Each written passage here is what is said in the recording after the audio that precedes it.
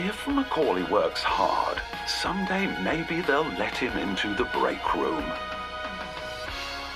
Someday. The boys in charge are tough, but fair. You know that break is coming out of your fucking paycheck. I thought I was being paid in experience. That's right, and now you'll never experience unconditional love. Oh, gee whiz.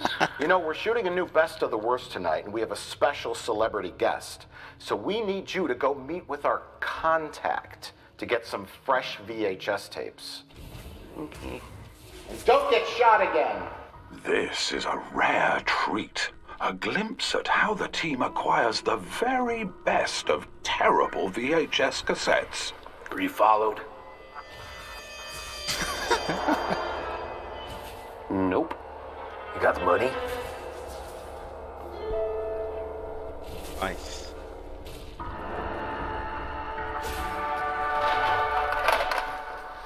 It's guaranteed to be the worst films you've ever seen.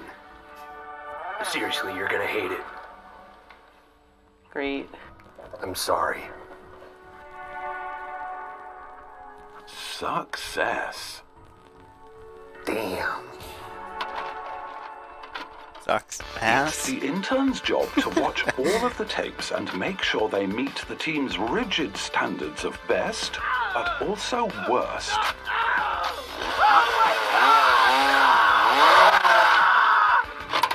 Looks like this one wasn't quite up to snuff. It's almost time for the most important job of all, shooting today's video. The intern has to change into his show business uniform. The talent have already arrived. These consummate professionals wait on their marks hours in advance.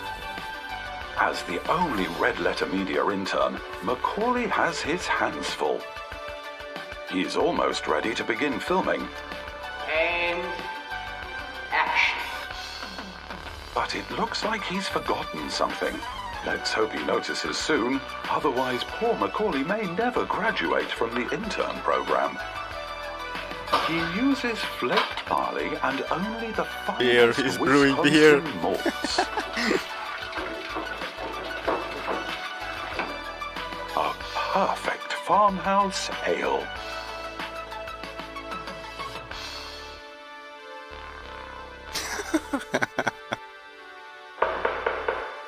A visitor? At this hour?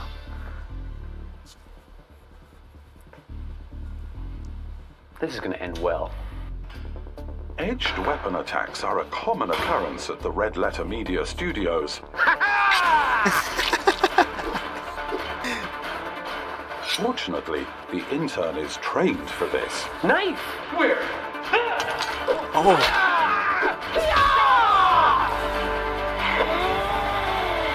Perfect technique, top-notch interning.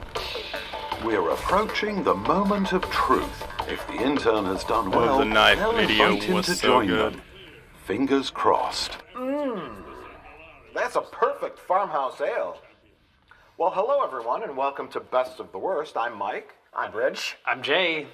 And today we watched 3 crazy, scary movies on our very scary Christmas episode of Best of the That's Worst. trademarked. That's trademarked, Jay. That's right. No one has ever used that No expression one has before. ever said, have a scary Christmas. Never happened. So we watched a bunch of Christmas-themed horror films on this episode, and oh, hey, aren't we missing somebody? There's usually 4 people on the panel, right? Yeah. Huh. Is that fucking intern again? Oh, fuck. So sorry. Oh, So sorry, I'm late. Oh, that's all right. It's fine. It's fine. it's fine this time. Yeah. Yeah. Don't let it happen again. Yeah. You gotta mic up. Stop yelling at me. Yeah, and you spilled a little. Fucking rookies. Where did we get these people? I don't know. Where the fuck did this guy come from? Craigslist. Embarrassing. I thought you got him from Fiverr. I got them from 4 Oh. discount version. Yeah, it's embarrassing. I can hear you. Oh, Attaboy, Macaulay. We'll make a real Hollywood celebrity out of you yet. You are freaking lumberjack! Well, that certainly was a fun, engaging video, wasn't it? Don't forget to like and subscribe and hit that bell button over here on YouTube and see more of our fantastic material. Don't forget to check out the Bunny Ears podcast, and I think that's going to be here somewhere. And also bunnyears.com, because we're hilarious. Boom, there. Now I'm a shill. I shilled my stuff.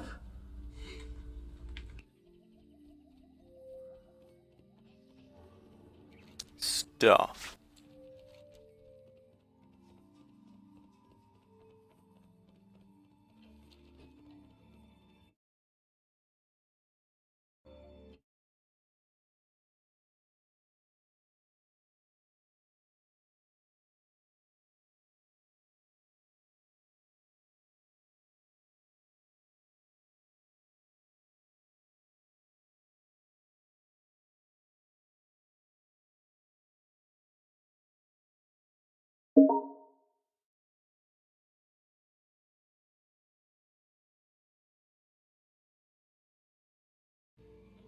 The Sega Genesis helped define an era of gaming.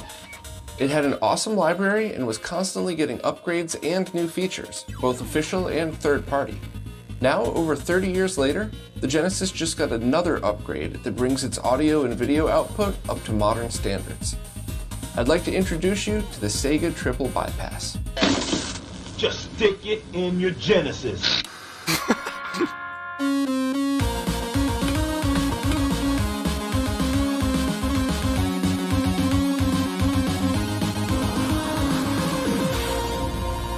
Classic consoles like the Sega Genesis were designed to be played on the average CRT you'd find in people's homes in the 80s and 90s. Most people back then connected their consoles with RF, the little screw terminal on the back of the TV, and most of those TVs only had one mono speaker. As a result, console manufacturers didn't put much effort into getting the best quality output from these systems, and rightfully so. Adding just $1 of cost to improve quality that most people couldn't take advantage of anyway would have lost the company millions, and it just didn't make sense at the time. Today is a totally different story though. Many people are connecting these consoles to 4K flat panels, or even leftover broadcast monitors that were far out of the price range of pretty much everybody back in the day. So now those details that didn't really matter at all suddenly become a very big deal. Each model of the Sega Genesis has its own quirks and issues as well. The Model 1 is generally known for having good quality audio output, however the video output is quite noisy. Alternatively, the Genesis 2 and 3 usually have decent video output, but some major audio issues. It's common to find Genesis 2s that output terrible sounding audio, and while the Genesis 3's audio is pretty good, it's only mono. Over the years there's been some projects and upgrades that help repair each of these issues individually, but now there's one project that's been worked on by some of the smartest Sega enthusiasts on the planet that solves both the audio and video issue in one board. The Sega Triple Bypass, or 3BP for short. The board was originally designed and named by Rene from DB Electronics, as it's a device that bypasses the audio, video, and DIN of the original Genesis 1, the triple bypass if you will. The video circuit was designed by Rene originally and then checked by Steve from HD Retrovision. It allowed you to completely isolate the RGBS lines from the motherboard, meaning it won't pick up a lot of the same interference the original signal had. The video signal was shaped with the lowest tolerance components reasonably available, and both the C-Sync and composite video lines output the proper voltage for each line. As a note, you'll no longer get composite video output, but you can use an RGB cable that syncs on the composite video pin, such as the HD Retrovisions. The audio side of things is where it gets really interesting though. See, the original Triple Bypass had an audio circuit based off of Ace's Mega Amp, and while that was absolutely excellent, we wanted to get it as close to the original as possible, both for preservation purposes and for audiophiles that can detect that 0.5% difference in audio levels. So we recruited Tian Feng to take over as the lead designer of the board layout, and a bunch of people helped for the audio side of things. Now, the video would be an hour long if I thanked everybody involved, but I definitely wanted to give some shout outs to Ace for coming back in and checking everything, Firebrand X, to Jose Cruz for doing all of these installations and making sure both the wire routing and helping with the board layout itself was done properly so that installations weren't too crazy. And of course, I have to thank Artemio and the MD Fourier team for that amazing analysis software that removed any subjective opinions. Now we're able to have an actual tool to measure to make sure that this version of the triple bypass is as good or better than every other version of the Genesis on both the audio and video side. So now I'd like to take a look at how it's installed in each different model Genesis. Just an overview, not a deep technical installation video or anything like that, but I just want to show how it improves each of the models and what to expect. The Genesis Model 3 was released in 1998 by Majesco as a small, stripped-down Genesis. It lacked an expansion port and had some compatibility issues, but audio and video output was generally good, except the audio was only mono. As a result, it gained a reputation of being a bad choice for Genesis fans, but I totally disagree. With a few mods, these consoles can perform really well. There's two different motherboard revisions that can be found on a Genesis 3, and the triple bypass can restore stereo audio, as well as Sega CD support via a ROM cart on both of them. Since the 3BP is designed to work with the Genesis 2 style output, it actually fits right over the pins on the bottom of the board. Installers need to remember to sever and isolate any existing connections to the DIN, but this makes installation easier overall, since you don't need to run wires from the output side of the board. After the 3BP is attached, all inputs for audio and the RGBS video lines can be connected.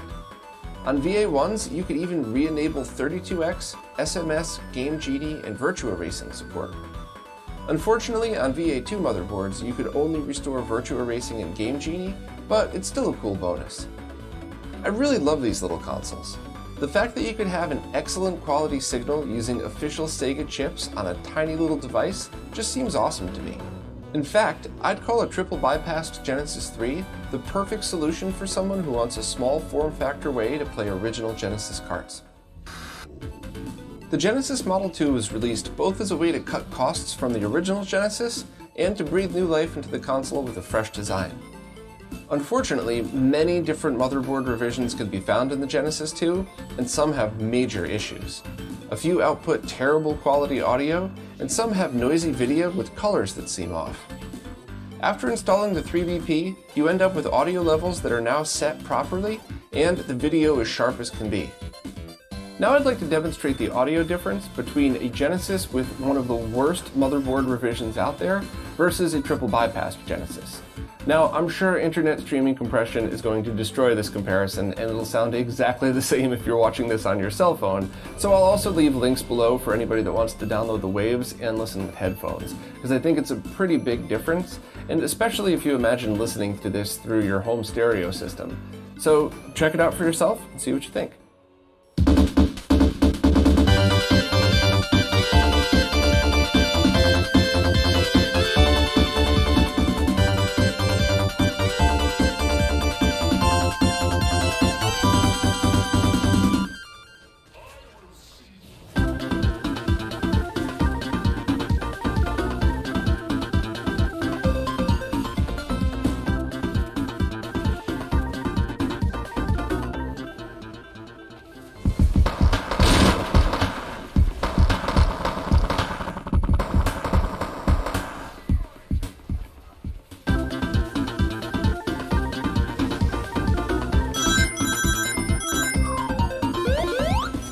Like the Genesis 3, the triple bypass can be installed in the Genesis 2 by severing traces to the DIN and simply dropping the board over it.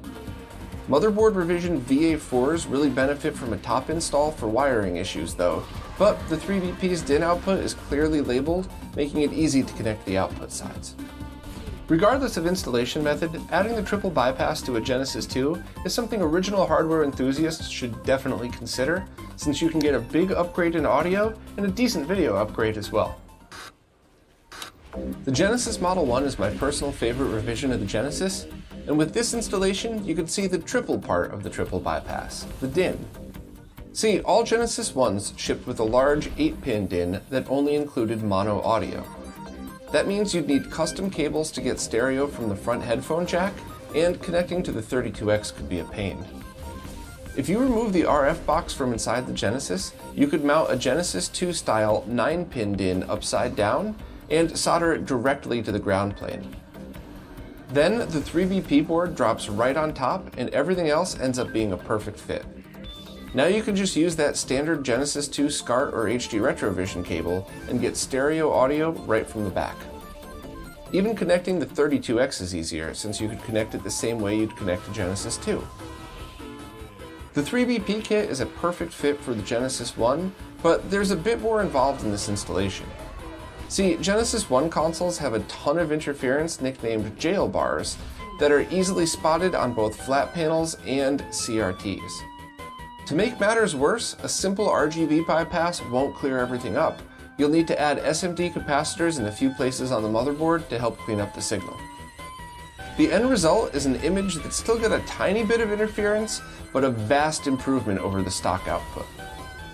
The Genesis 1 can also get a slight upgrade from the audio output as well with the triple bypass, which might seem strange because the Genesis Model 1s, with the exception of one of the last revisions, are generally known to have excellent audio. But this isn't really about the amp or anything else. This is about moving those signals away from the noisy motherboard. So while the audio quality should be about the same, you'll probably get less buzz and less ground noise on it. And it might not be as noticeable with every version of the Model 1, but I've certainly tested versions where there was a loud buzz before and no buzz afterwards using the same shielded cables.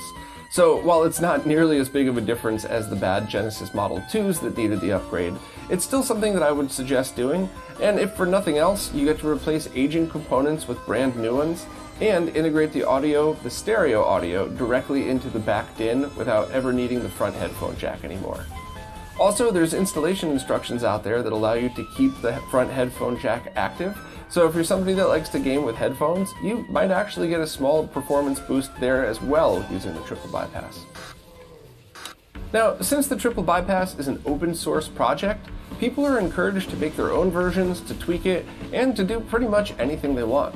I've already heard of a few revisions of people replacing some of the capacitors with audiophile grade ones, which, to be perfectly honest, I don't think unless you have really expensive headphones or speakers you'd ever be able to tell the difference, but that's the beauty of stuff like this. What if you do? What if you love audio and you have super sensitive ears, and you're able to take that 1% or less than 1% of a difference and be able to hear it?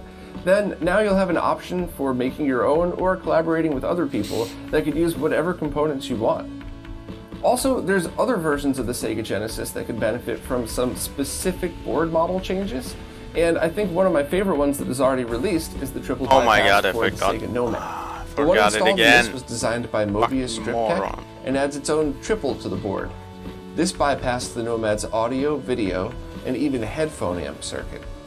The Nomad itself is still a bit noisy, but I'd definitely call this an upgrade over stock, especially when combined with the newer LCD screen. I'm really interested to see what other mods people come up with, and to see if there's other rarer versions of the Genesis like the Wonder Mega or XI that could benefit from a triple bypass. With so many excellent ways of playing Sega Genesis games becoming available, some people will have a hard time justifying the cost and effort to modify an original console, and that's totally okay. Some people will prefer to keep their original consoles completely unmodified and use something like the Analog Mega SG to play their original cartridges. Or even use a Mister and its incredible dual output and adaptive blending to get a crystal clear signal through both RGB and HDMI. Just like how driving a classic car provides a different experience than driving a brand new one, playing original cartridges on original hardware provides a different experience as well. And if that's the experience that you're looking for, using a Sega triple bypass will get you the best audio and video quality that you could reasonably expect from any classic analog consoles. Thanks for watching, and I'd like to extend a special thanks to everyone who participated in the Triple Bypass project. Ideas like this could only happen as a result of dedicated members of the retro gaming community, and I'm proud to have been a part of the team. Also, if you liked this video and you'd like to see more projects like this get funded, please consider signing up for my support services such as Patreon and Floatplane, as it's your support that makes this stuff possible. Also, don't forget to like and subscribe, and check out the weekly podcast available every Wednesday that keeps everyone in the loop of everything going on in the retro gaming scene. Thanks again, and I'll see you next time.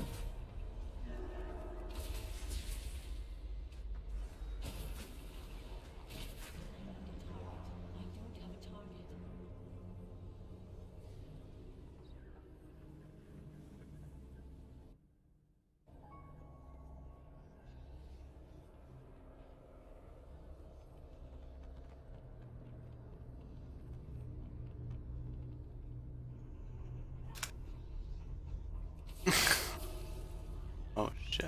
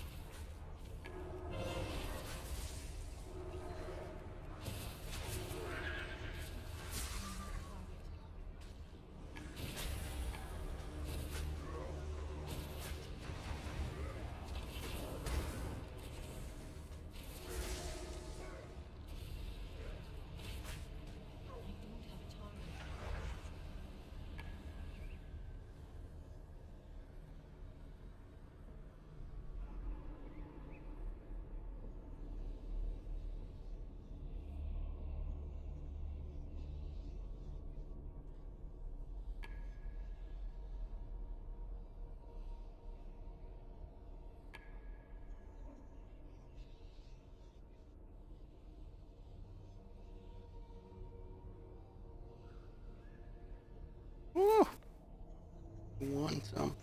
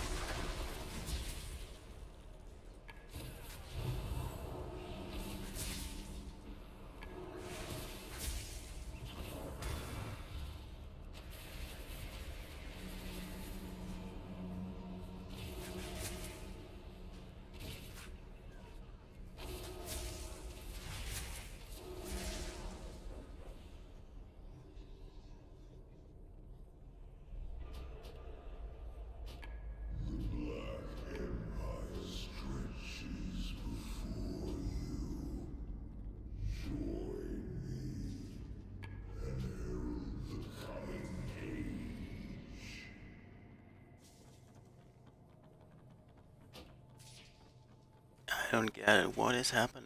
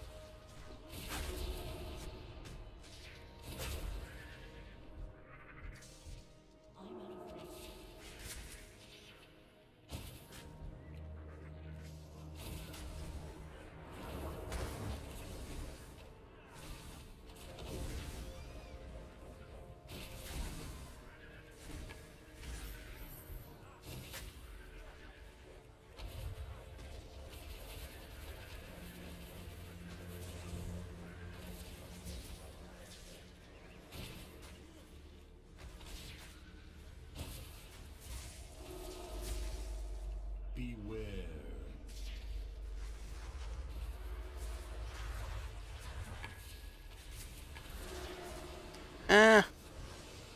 Wait. What?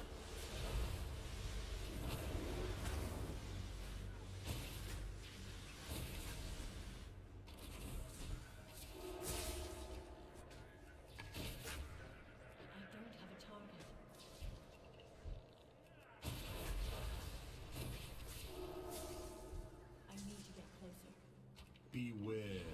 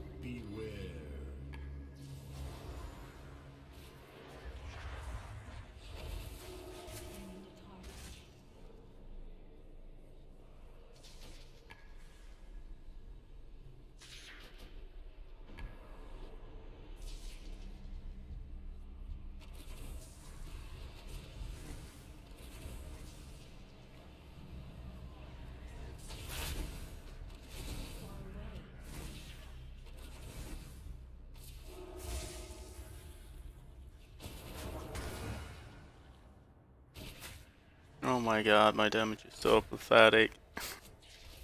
Do something.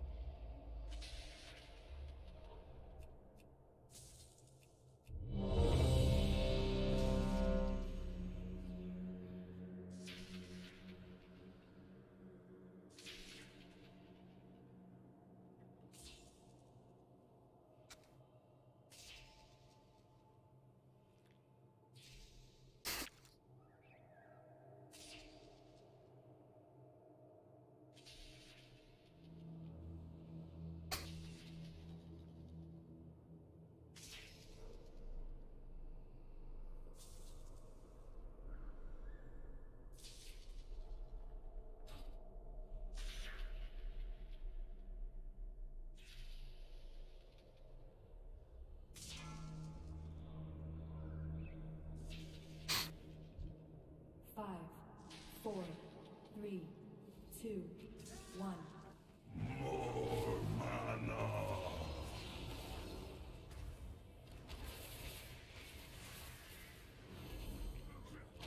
Must consume. Darkness gathers.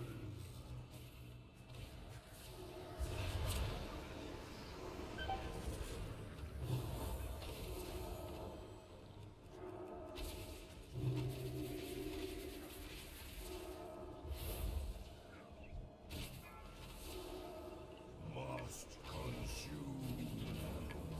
4, 3, 2, 1.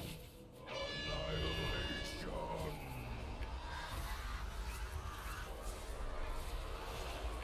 Darkness gathers.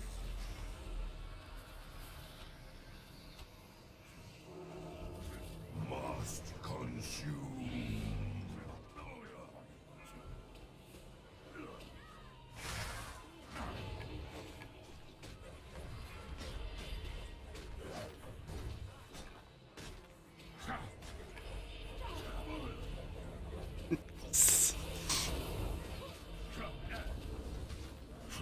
Must consume. Shit. Darkness gathers.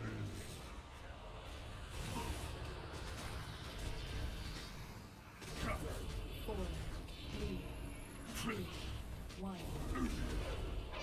Annihilation.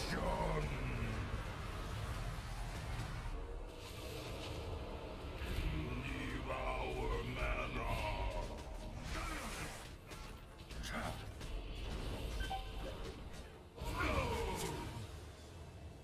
Skin of stone.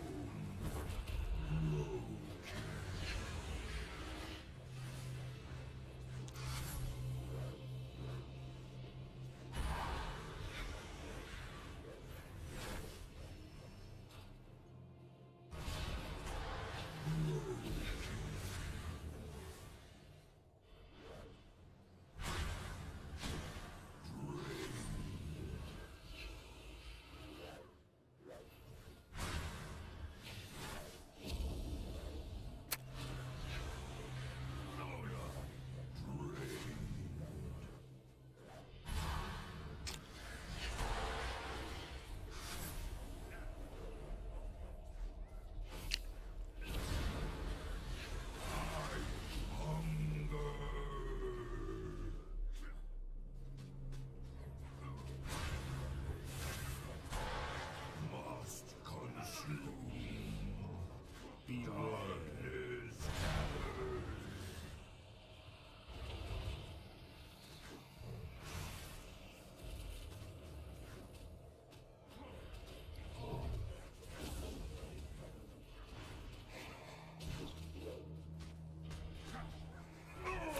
Must consume.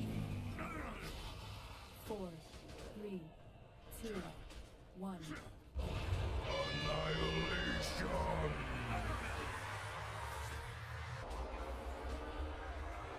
Darkness gathers. Devour mana.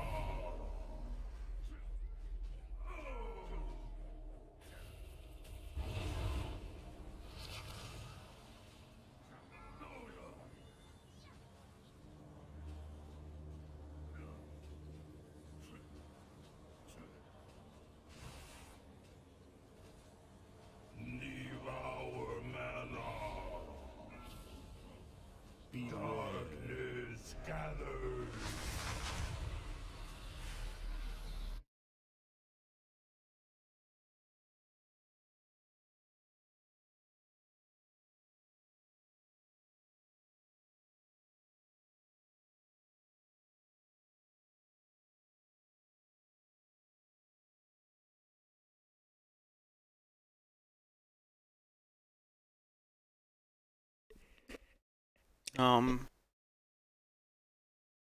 Okay. So hunters do not suck, I guess. Ooh, holy crap.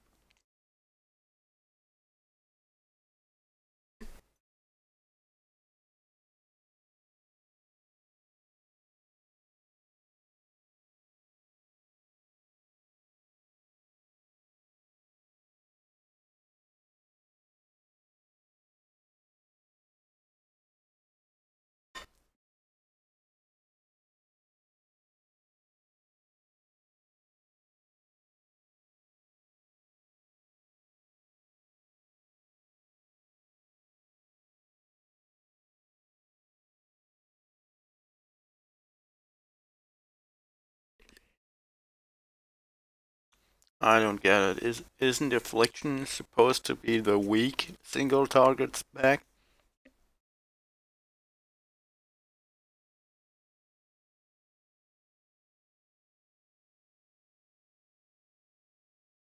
I'm pretty sure Affliction is supposed to be the AoE spec. Isn't it like AoE? Cleave? Single target? No? What?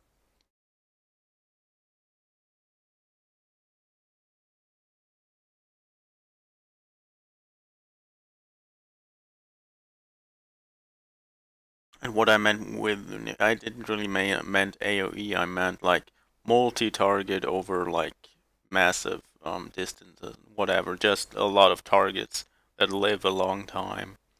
So you can have your dots taking on, I don't know, 5 things at a time. Why is it first in single target? What the hell?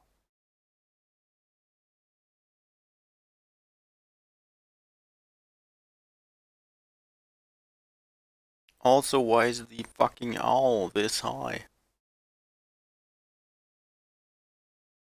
Laser owl. But holy crap.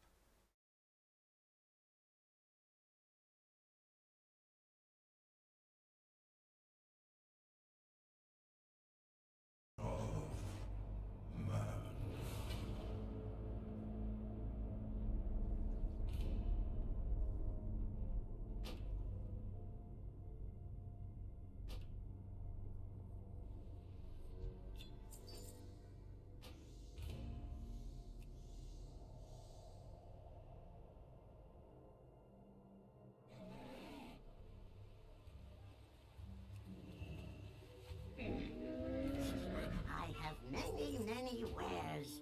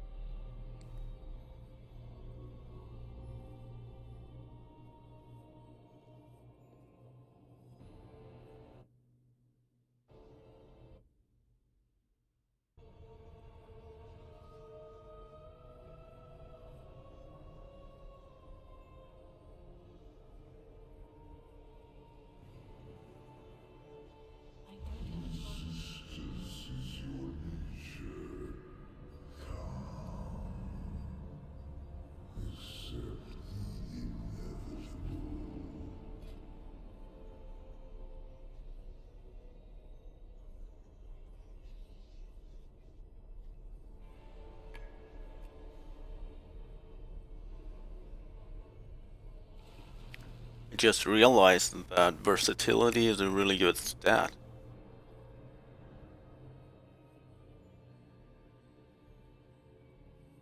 Versatility worse or better than agility?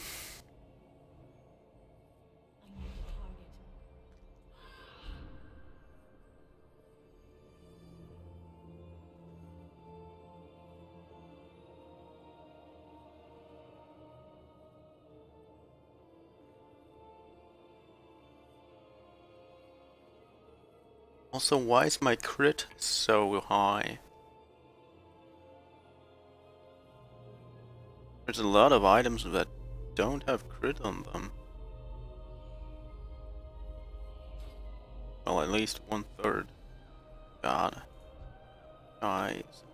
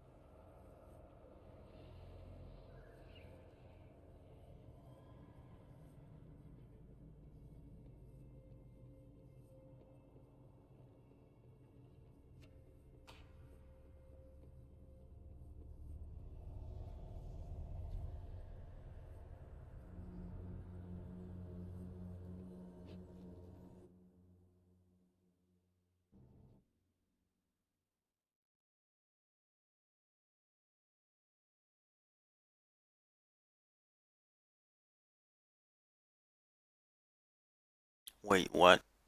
Marksmanship is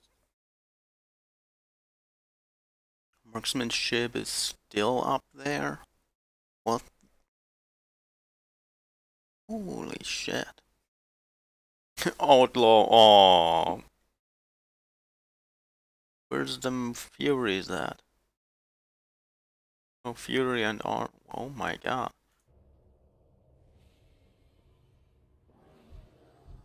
It's too far away.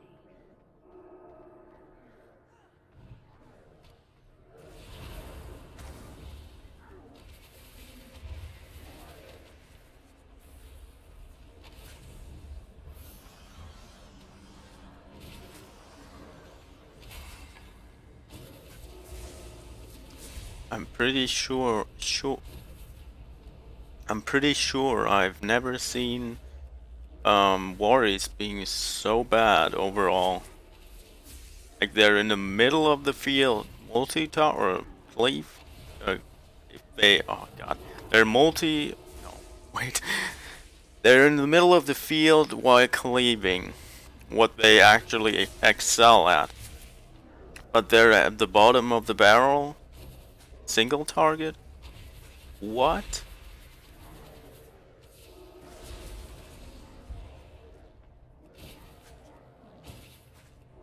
I mean, it has been a while, I think, well, since the last time they were topping DPS. But as far as I can remember, they were always at the upper middle ground. Like they were good at both, pretty much. They were usually like in the top 5, 6, 7, 8, something like that.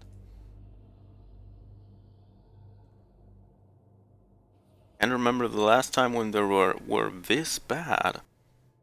I do remember that they were kind of bad at the beginning of Warlords of Draenor. They were pretty, I think at that time, at that point in time, the Warriors were kind of bad because they were extremely crit reliant to deal any damage at all.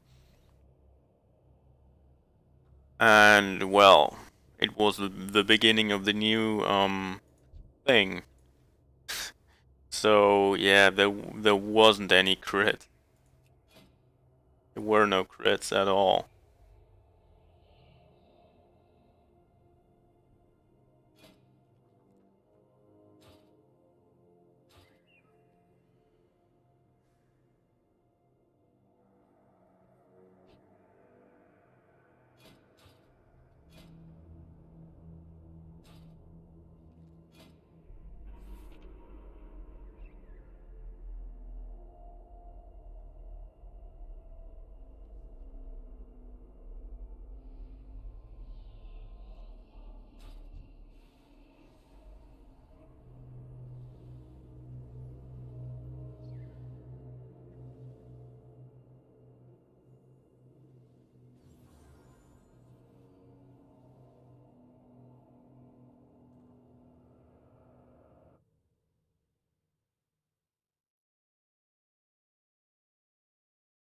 Smells so delicious.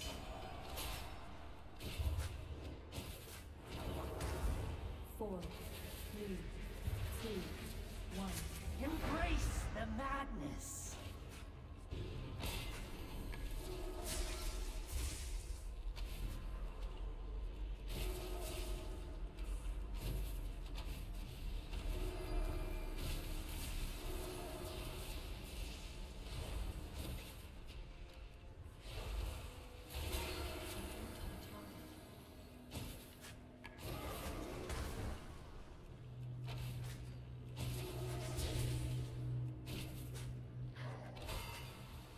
Four, three, two, one.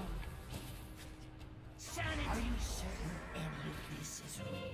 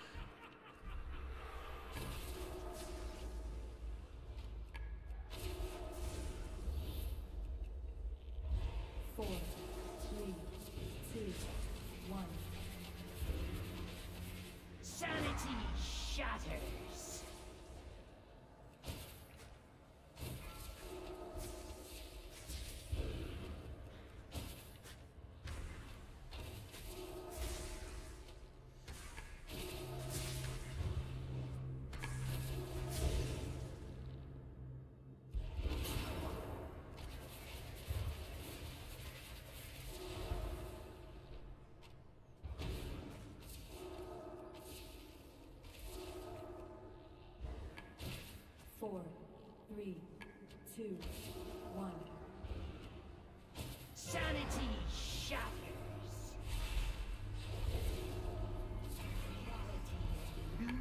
Reality into one.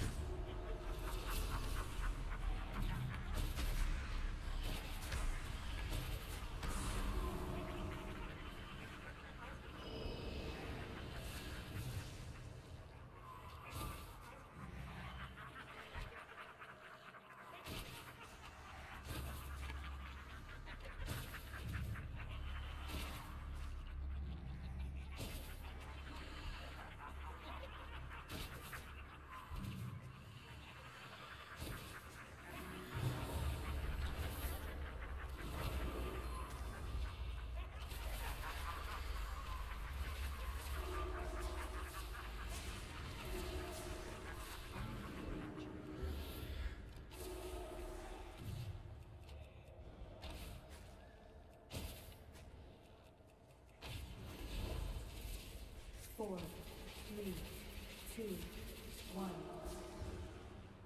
Sanity shatters.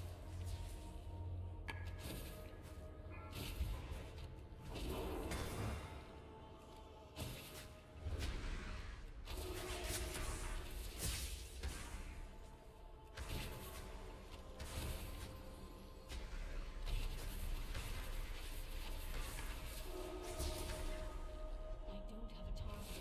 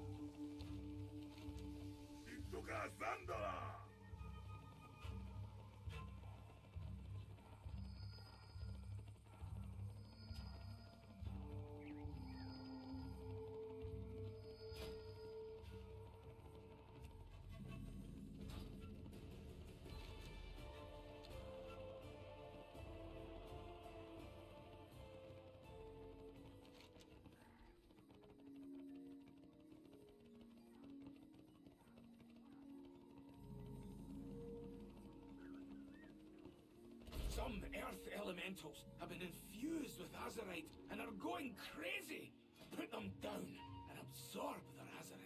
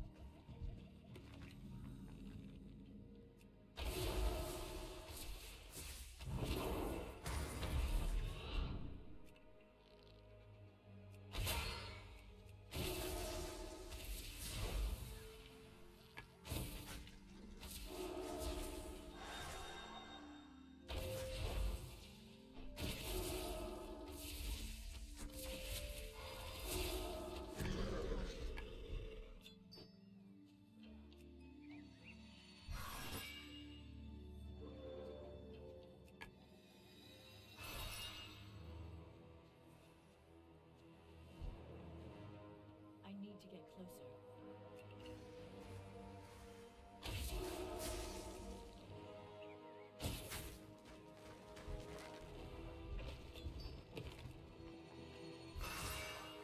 It's too far away.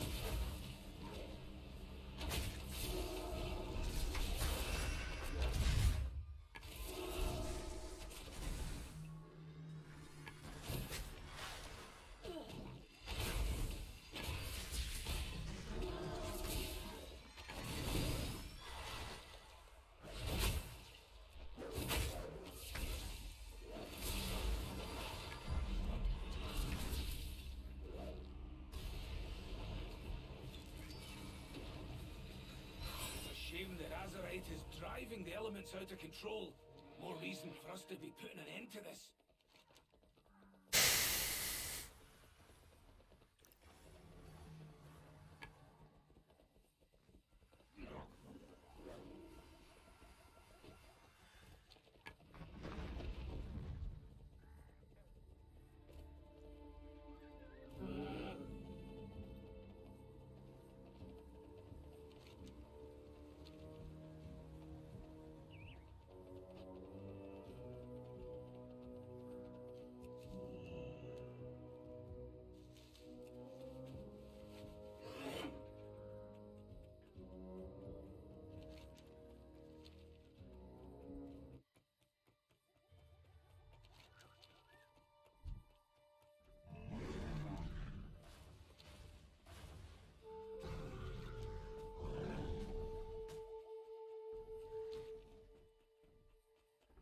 Wait, what?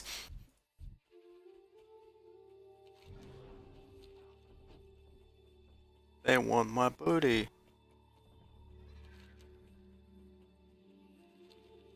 Just fighting there for their lives.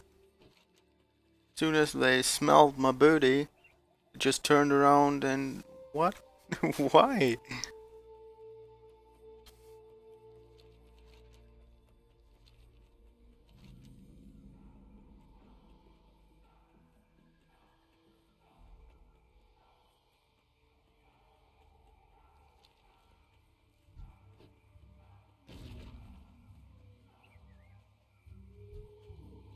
The Zandalari Preserve is full of beasts fit for war, but they are only as good as their training. Poison them to draw out the Beastkeepers. They are your true target.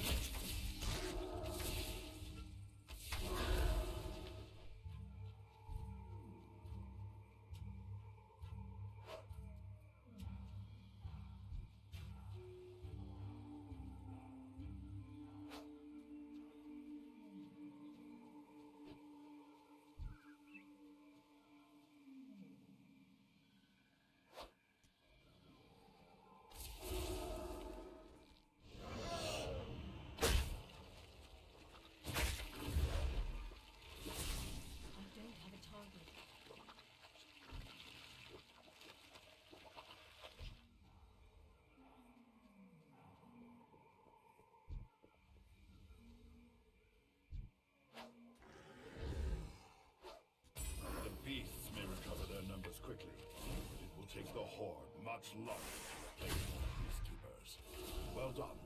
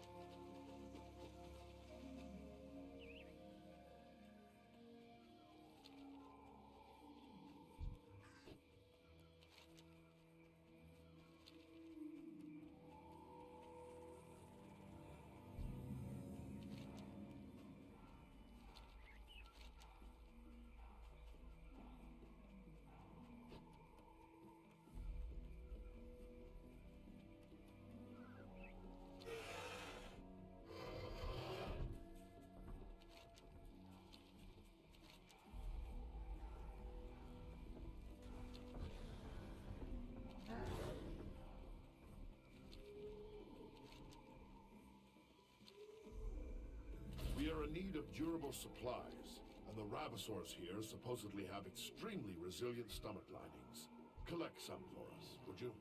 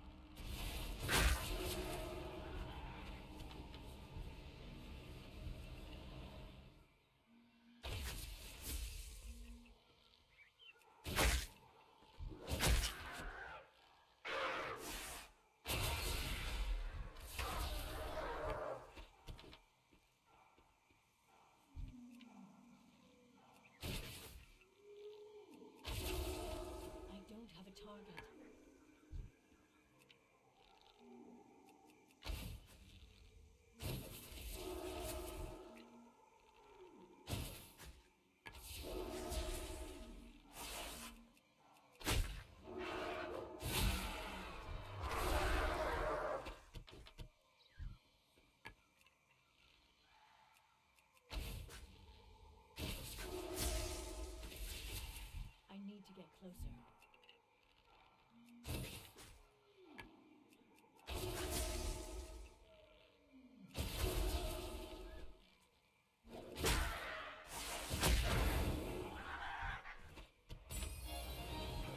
No wonder Rabosaurs can eat nearly anything. These will be put to good use.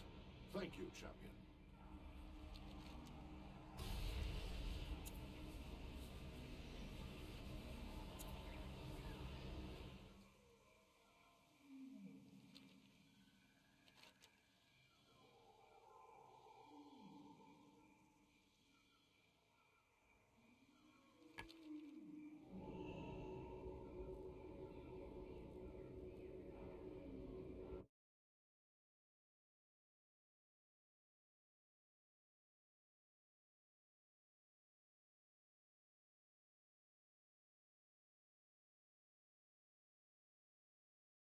Oh no.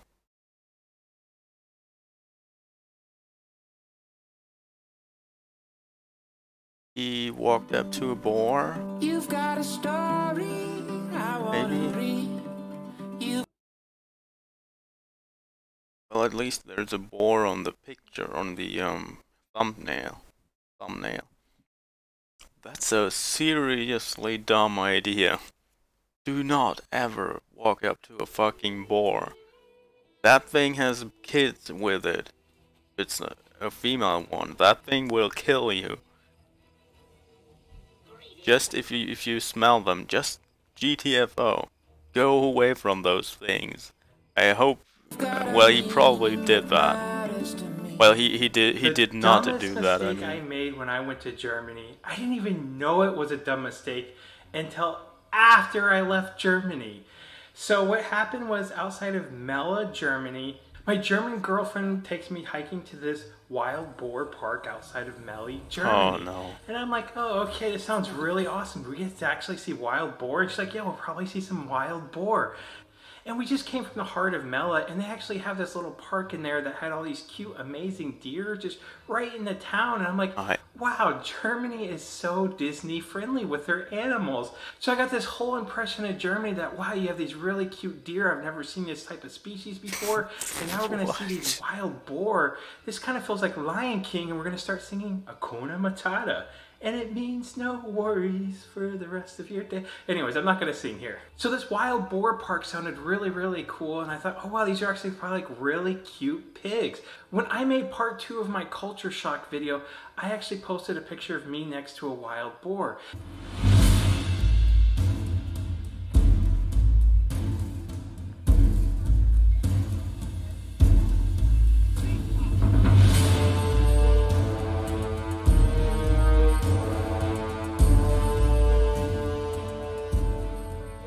And I started getting a flood of comments, hundreds of them, like, wild boar, dangerous, dude. Did you not know this?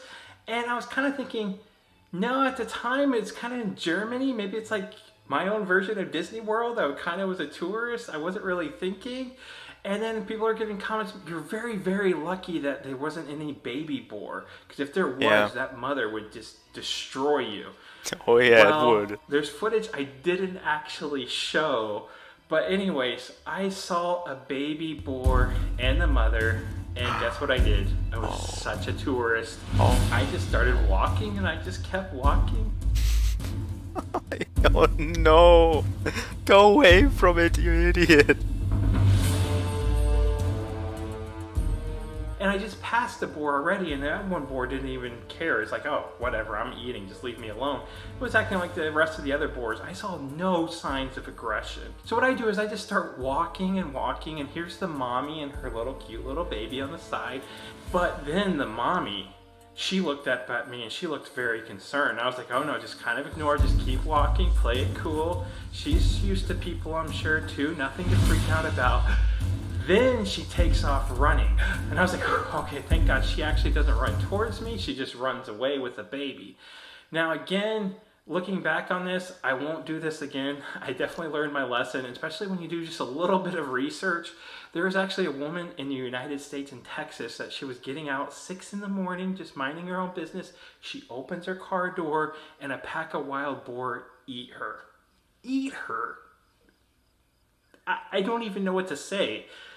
I didn't even know they ate people. I just thought they were cute, lovable pigs. And give me a little bit of slack here because actually it was a wild boar park, so I kind of had this illusion that they're all used to people, and I think that's probably somewhat true. So I think I was probably more safer if it wasn't in the wild boar park. But I heard that a few people have been attacked at that park, so... Ooh. Anyways, at the time I didn't know that, so I just thought these boar are very used to people, which is probably really true. And I came across one story in Germany where a hunter actually shot a wild boar, but it didn't kill the wild boar, and the wild boar came at the hunter and killed the hunter. Which is, ooh, a little messed up that you're thinking, oh, okay, I'm going to bring home dinner for the family maybe, and yeah, the wild boar ends up killing you instead. So they are very, very dangerous, and they can be very, very aggressive. And I'm kind of thinking I'm such an idiot because when I'm in the United States, I'm much smarter. In the United States, I've come across buffalo, I've come across bears, I've come across alligators, I've come across grizzly bears, I've come across black bears. I even came across a black bear once with my son, and it was just really scary, and it terrified my son to death. It's a bear, Wesley Apollo, you see the bear? Okay, no, I'm kidding. Anyways, we were in a vehicle and it was just on the side of the road and it was so cute. So in the United States, we were always taught, you know, try to keep 100 yards, which is about 100 meters from animals, wildlife. From all the education I got from the United States, I can admit that I was actually being really dumb when I got to Germany because I felt pretty safe. I didn't actually think that the German wild boar were actually dangerous. And that was a big mistake. And I'm very thankful I actually made the newspaper in Germany and it had nothing to do with me being attacked by a wild boar. It had to do with my first culture shock. And then I heard I ended up on a radio station. So it was really cool. I made the local newspaper and I actually ended up in a radio station in Germany. I'm just glad I didn't make the news for the wrong reason. So I could see the headline. It could have been completely different. It could have went American tourist eaten by boars visiting his girlfriend. Oh, no. I hope to come back to Germany very, very soon, and I do plan on spending a lot more time in Germany. I will definitely revisit that park, and I do want to see the animals again. I definitely will not get as close this time. That was definitely being a tourist kind of thing of what I did. So I learned my lesson, and I do want to explore more areas of Germany. Yeah, that was not the bright. He's right. That was not the brightest thing to do. Yeah, I mean, you can get in there. That's not a problem. I mean, the park is there for a reason. Just stay the fuck away from them. You can look at them, but don't get near them.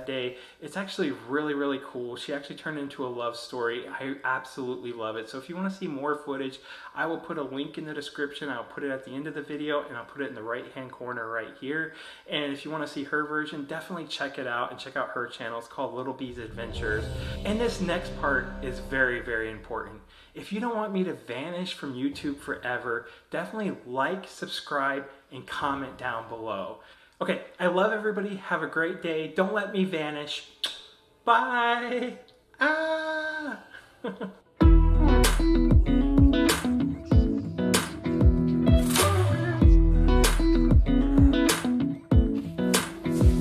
Come a little closer. I wanna dance with you. Everything's moving slower. I don't know what it is you do. I've been looking at you all night, trying to figure you out. I just wanna make you smile. Hold your hand in my hand, looking at the sunset. Man, you're looking good tonight. I wanna kiss you before the sun goes down.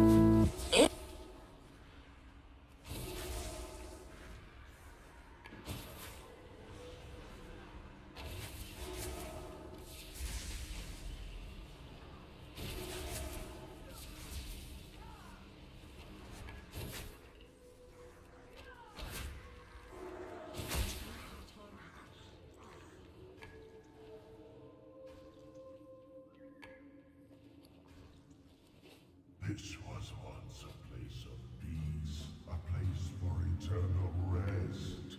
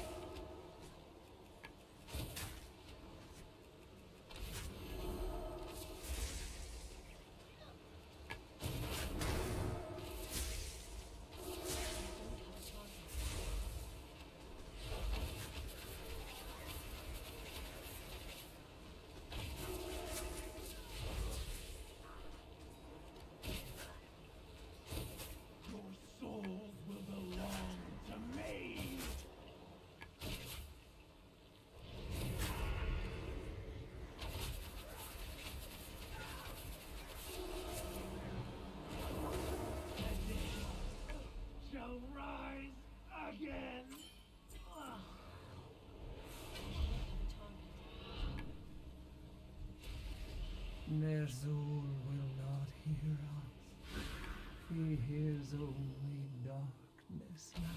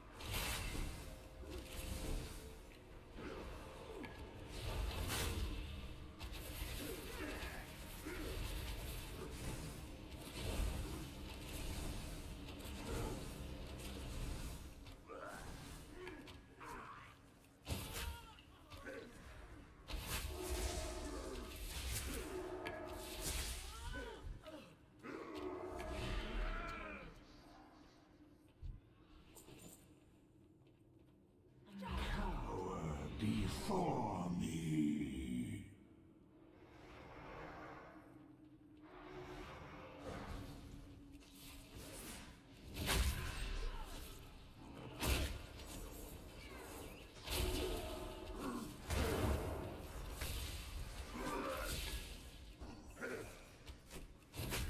Your blissful afterlife is over.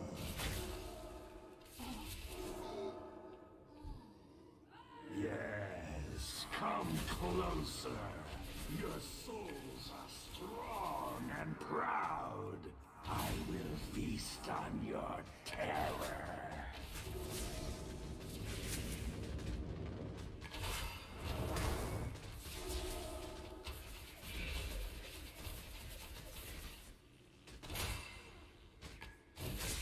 None escape the void.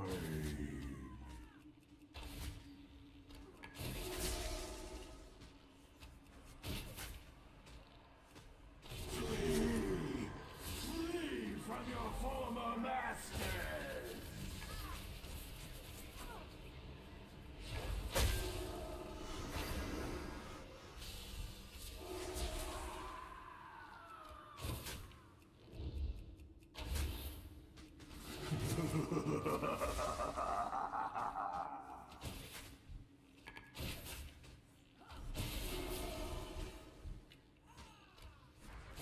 You cannot flee.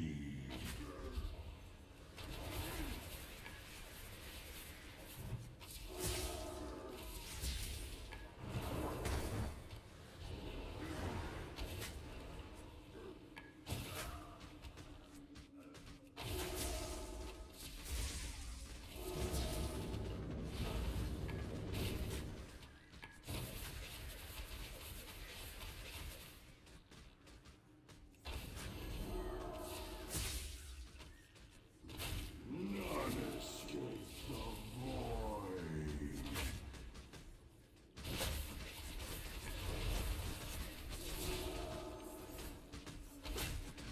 Flee! Flee from your former masters! You are just maggots swarming to the corpse of a dying god.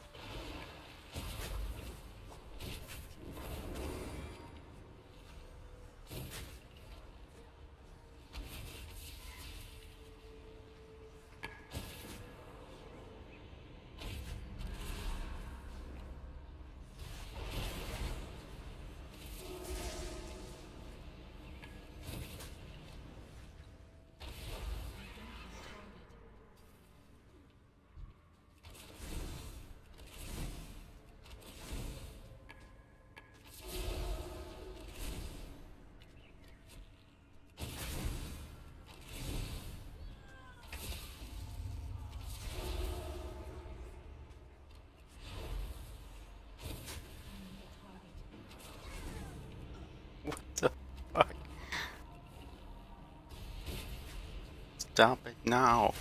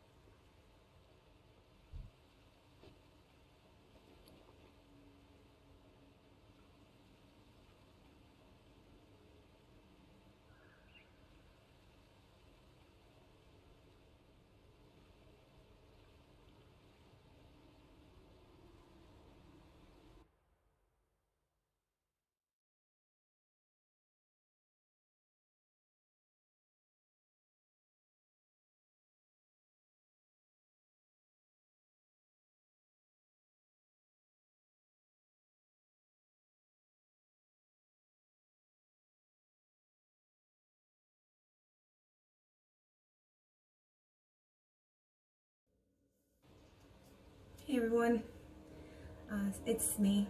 So I know I haven't put up a video in quite some time.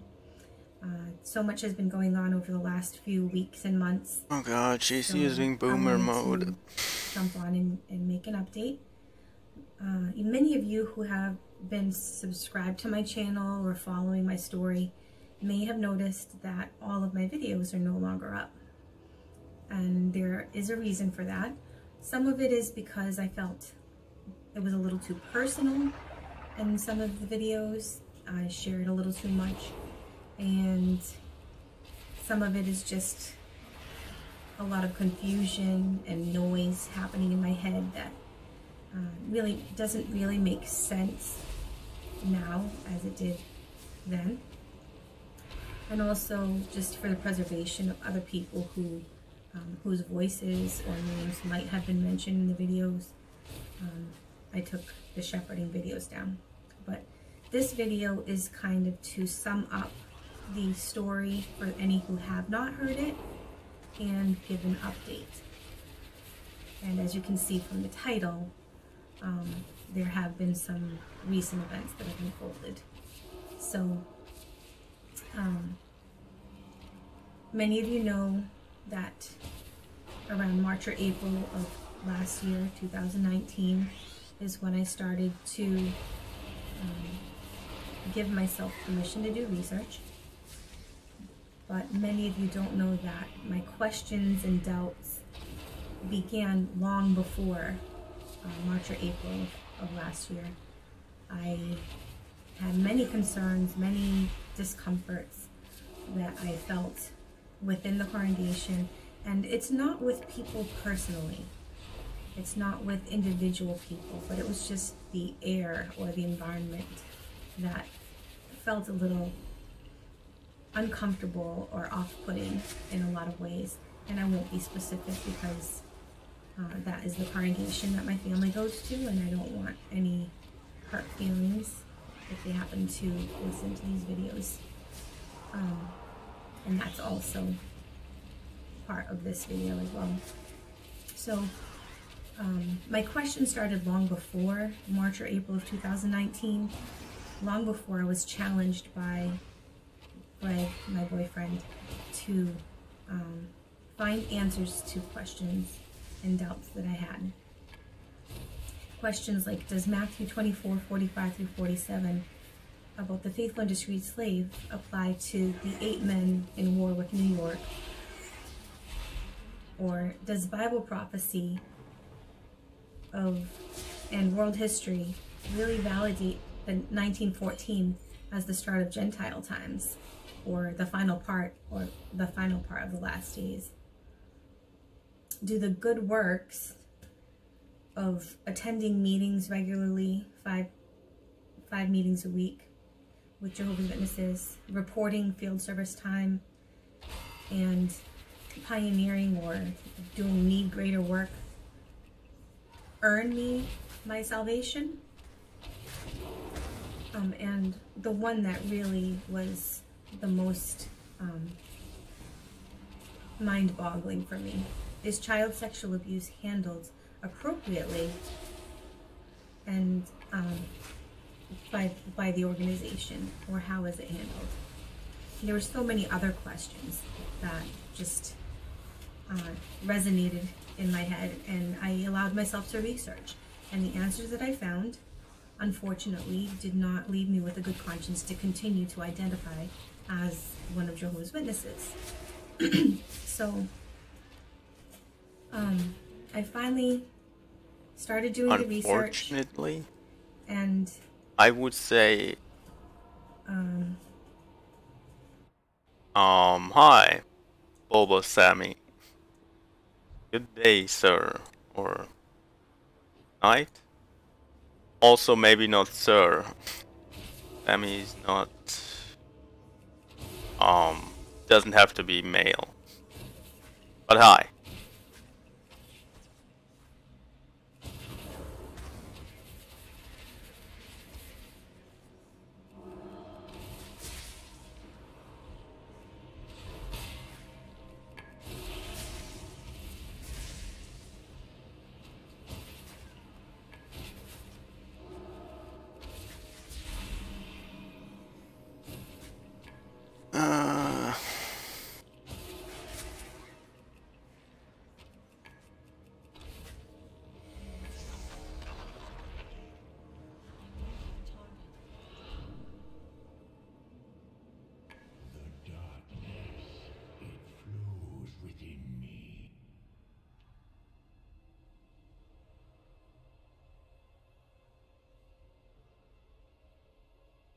Do something. Don't watch the stupid video.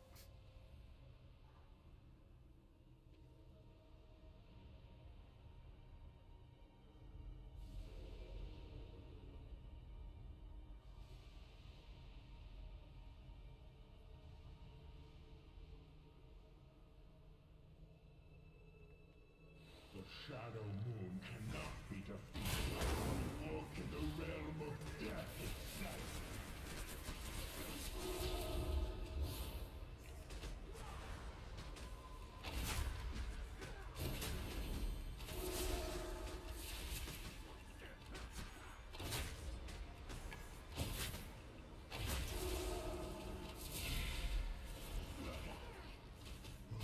Kindling of bone. Army of the dead, arouse!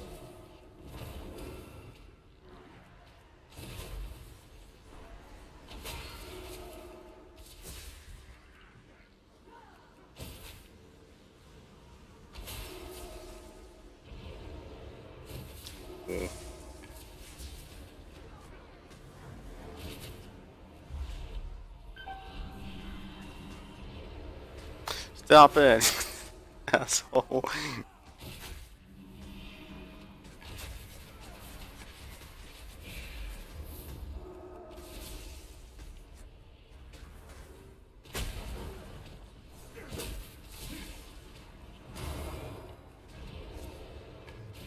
Conjuring of bone shadow.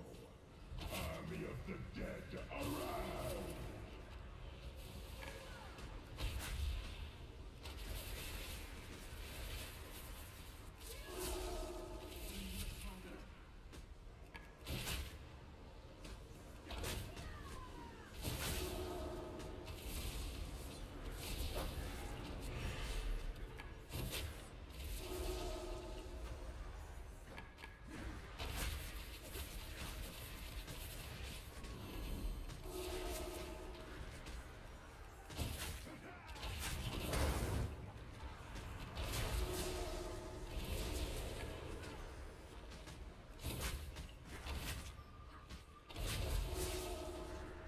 Conjuring of bone shadow.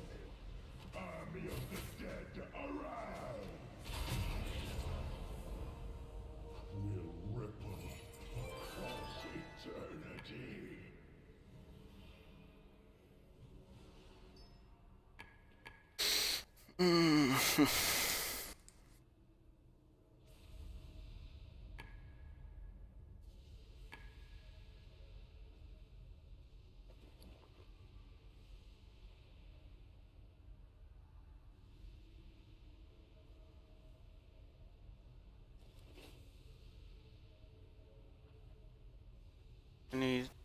I need one more. Dang it.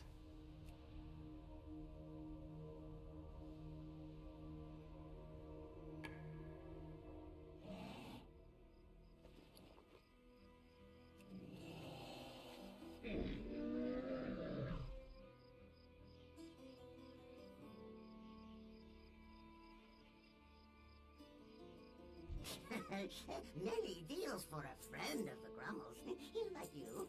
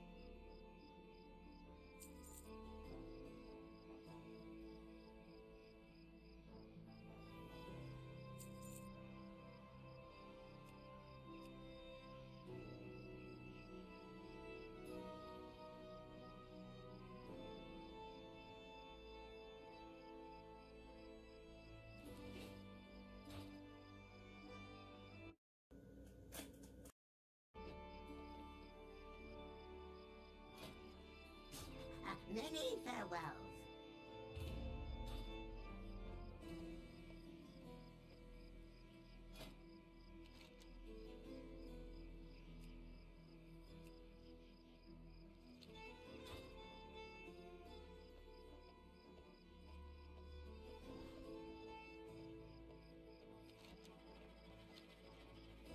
Why did I do this? What have I done? No. I have to get back now.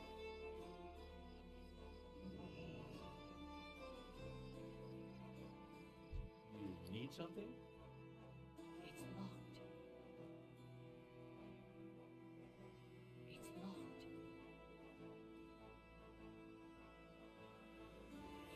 See you later. What can I do for you?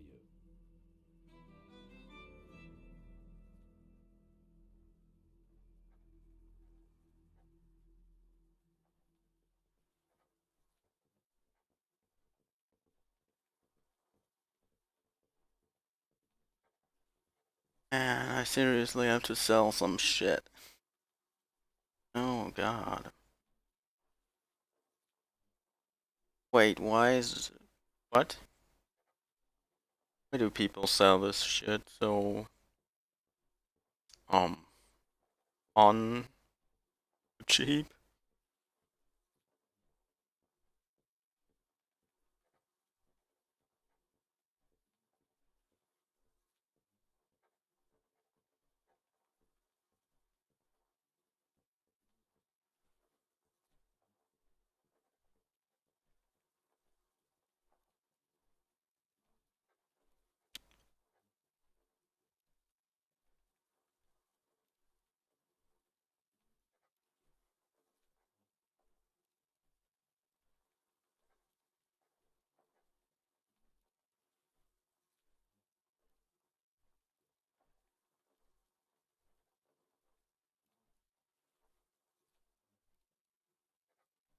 Wait, this one doesn't exist anymore. Why doesn't it say that the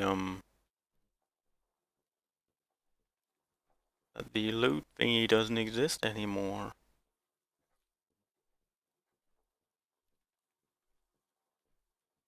Wait, does it drop in Blackwing Lair? Please? Or did it also drop in Blackwing Lair back in the day? See you around. What?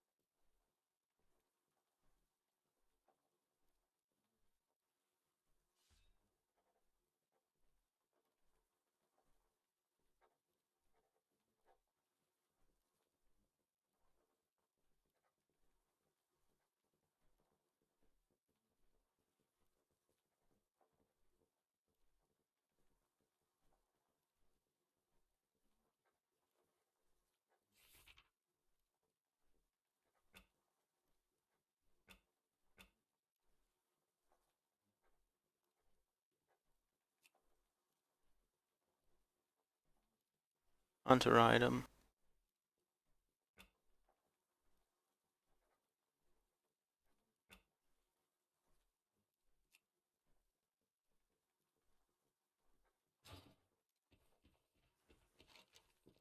Obviously hunter item.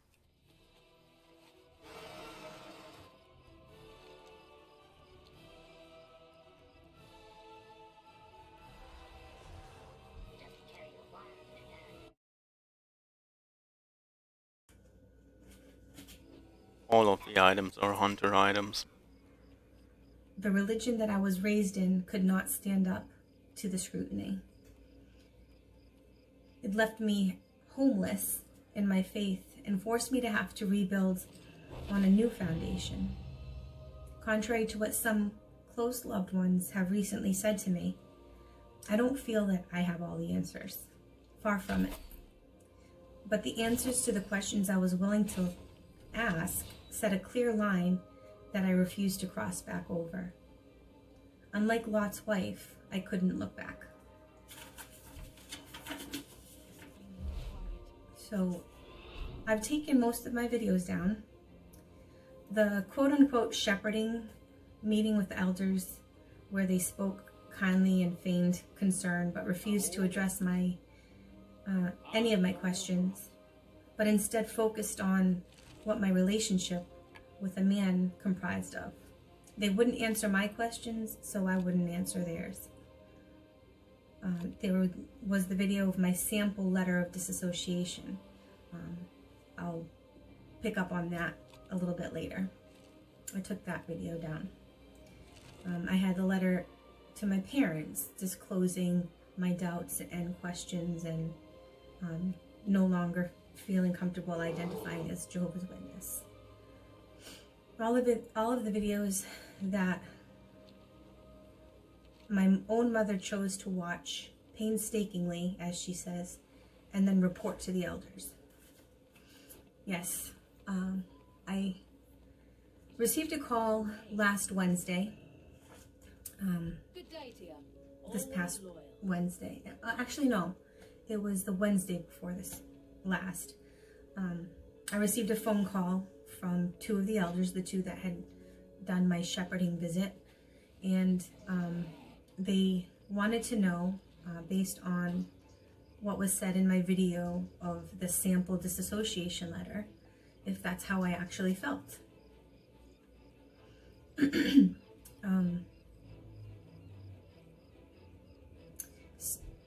So that video particularly about the disassociation is what led to me receiving a phone call from these brothers, and they needed the two witnesses to hear me say that I don't recognize David Splain and his 7 cohorts in New York as the governing body or faithful and discreet slave. I said it, and they promptly sent their S-77 letter or form to the branch, notifying them that I disassociated as one of Jehovah's Witnesses. The following day after this phone call, I attempted to call my mom. She did answer the phone, but she said that she was busy with the cat, that he had hurt himself, and she couldn't talk at the moment. And I tried to call her the following day, and she said that in a text message, that she hadn't had a good night's sleep, that she was stressed, and that she couldn't talk. So I made multiple attempts to call my mom, unsuccessfully. However, on Monday, this past Monday, I received a 3-page letter from her. And she was basically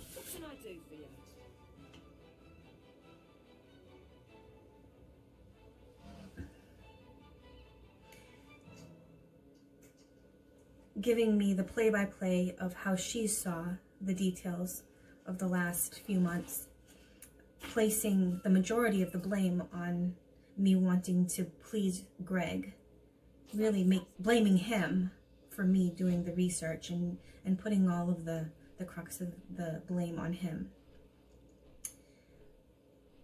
This clearly didn't afford me the opportunity to share how excruciating this has been for me, to learn that the religion exercises undue influence over its adherents and sets rules and restrictions that are not founded in Scripture.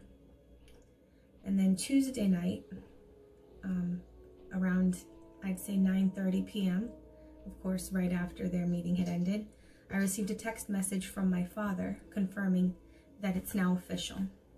The text message said, FYI, they made the announcement tonight. You are no longer one of Jehovah's Witnesses. So that leaves me with some new questions.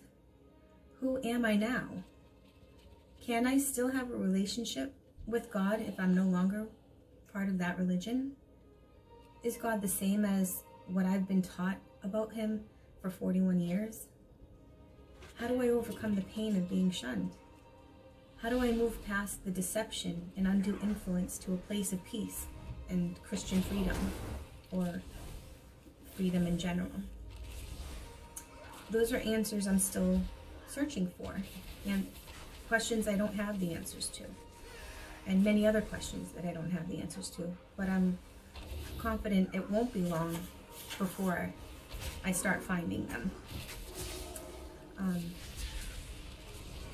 My family relationships up until July or August of last year were probably the strongest bonds that anyone could have imagined. My mom called me her best friend. My dad always obviously said not. to me in secret that I was his Stop favorite, lying to I didn't tell yourself. anybody. My nieces always told me, you're my favorite aunt, you're the cool aunt. And I'm not bragging by any means, but I'm trying to convey the idea that this is unacceptable, and it's unfathomable, really, that a religion that 8 men who call themselves the faithful and discreet slave and Jesus' servants here on earth could have such control that these strong family bonds can completely be severed. And then to have that action blamed on myself, that I've done this, that I'm the one that left them, that I'm the one that's hurting them. And this is all about my actions. And I know anybody that's gone through it knows how this feels. It's frustrating, you're out of control, you can't change them, but I've decided that I still have fond memories and amazing experiences and love in my heart that can't be taken away from me. That's always going to be a part of me. It's going to make me who I am. I still consider myself an aunt to those 4 beautiful kids, and I will always be their aunt, and I will always be here for them if they ever need me and if they're willing to come to me. So I hope that they know that. My parents, I learned a lot about love from them. I learned what it is and what it is not. I learned what I didn't want it to become. And I learned how I wanted it to feel. A little over a year ago, in January of 2019, my parents celebrated their 50-year anniversary. And leading up to that, I was preparing an anniversary party for them. In the process, I read several letters that they had exchanged with each other while they were dating. My dad was in the Navy. My mom lived in Spain on nearby a naval base on the beach. And so they wrote to each other almost daily for the better part of probably 2 years before they got married. And their expressions of love and their longing for each other, it was a beautiful thing. And even after they got married, they were in Morocco together, they lived in Hawaii together, they lived in Virginia together, and then finally moved here to Massachusetts because my mom had family who had also met the Jehovah's Witnesses and were studying, so they wanted to be closer to them. But being with them for the 45 of the 50 years that they were married, sorry, that's not true. They were married in 69. I was born in 78. So, 41 years. It's seeing that I'm 41 years old. That makes perfect sense, right? Yes, so just being with them in the household and seeing how their love for each other evolved over time, and in many ways how the organization or being Jehovah's Witnesses affected how they expressed that love, taught me a lot. And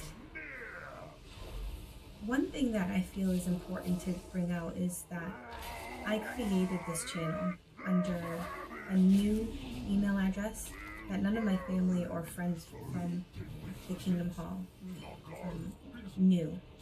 I put it under a name that they wouldn't likely find, Cindy Lou Who. And I never shared a link or a video with any of them. But somebody, I don't know if it was my mom first or somebody else, searched out those videos. They searched and found my videos and then shared them. And yet, there's no disciplinary action being taken against them for looking for those videos. They want to call me an apostate. They want to call me mentally diseased. They want me to come back to my senses. My mom asked me, is Jehovah gonna bless me? And I honestly can say that I feel more blessed, more rewarded, and more happy than I ever have in my entire life. I can say that with confidence. And the only thing that really brings pain and anguish to my heart is this unnatural action of obedience to the rule of shutting out and severing your loving ties with your family.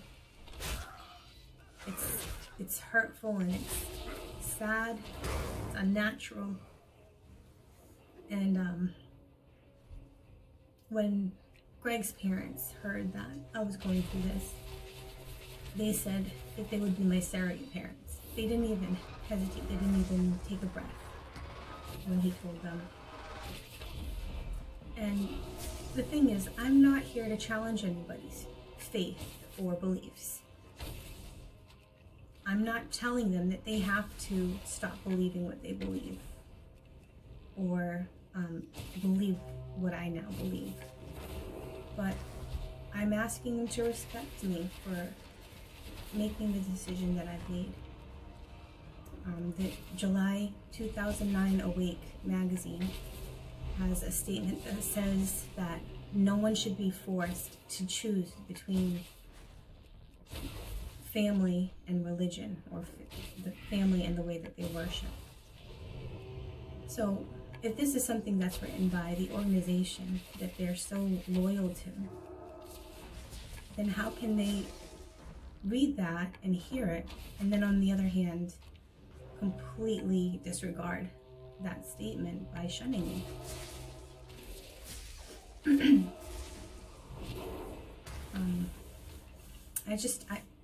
I have more notes, and I don't want to sound redundant or repeat myself, but if anybody in my family continues watching my videos, I hope that they can hear that I'm sincere in what I'm saying. This is not for anybody else. It's not acceptable.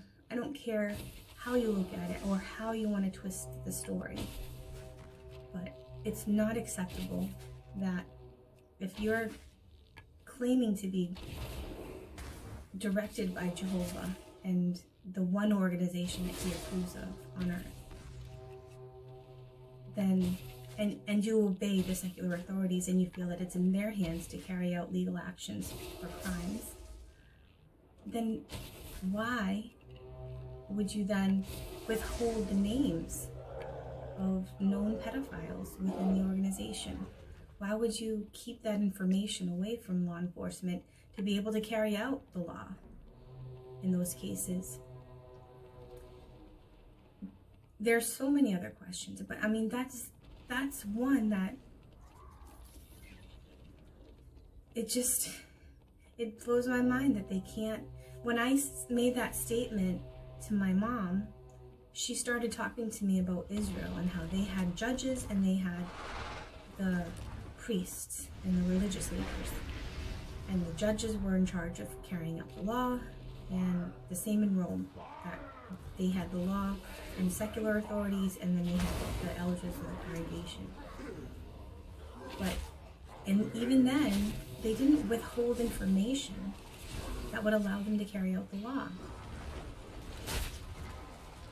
And I just want my family to know that I love them. I want them to know that I'm here. I'm open wide in my heart for them. I love them. And in a moment of anxiety or stress or discomfort. Maybe wrong words were said on occasion, but the love is still there. Love still remains. So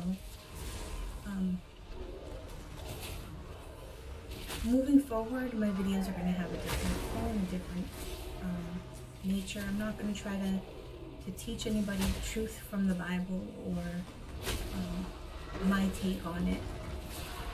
I'm just going to share my experience, my feelings, and hopefully that helps some of you. Hopefully it helps you to help me, and we can help others. So until next time, I hope everybody's doing well, and I look forward to talking to you all again soon. I don't. You still believe in God? You're lost for me. You're a lost cause. Greetings everybody and welcome back to Endless Super Expert. Stage 1 with 30 lives. Reach the goal after defeating all one Bowser.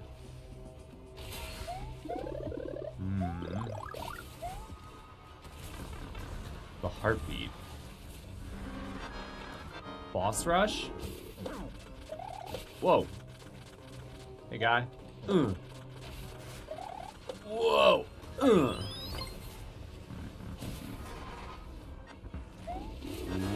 Ooh, boss rush. Ooh. Oh my god, dude, what is going on?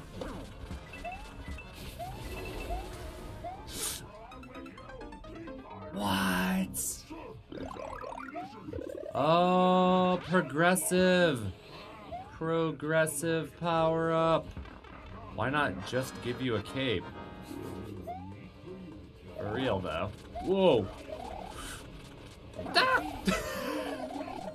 Wow. Wow. Can you? Nope. Can you bot? Sometimes you can like deflect stuff with the cape. This is so helpful. It's so helpful. Big boy Lemmy. You can push him away. It's so good. It's so good.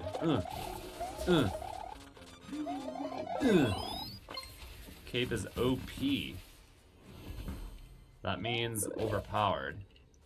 Oh, really? Weren't aware. Alright, no checkpoint because we have a clear condition. So there can be no checkpoint. Whoa. Oh my gosh, he's flying all over the place.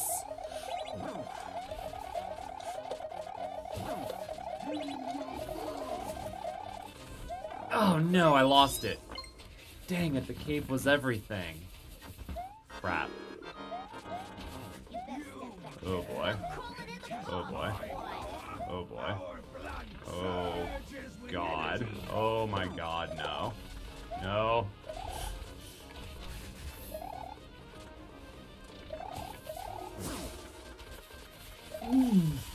What the heck, dude? Got it. I need a power up. Nope, that's unfortunate.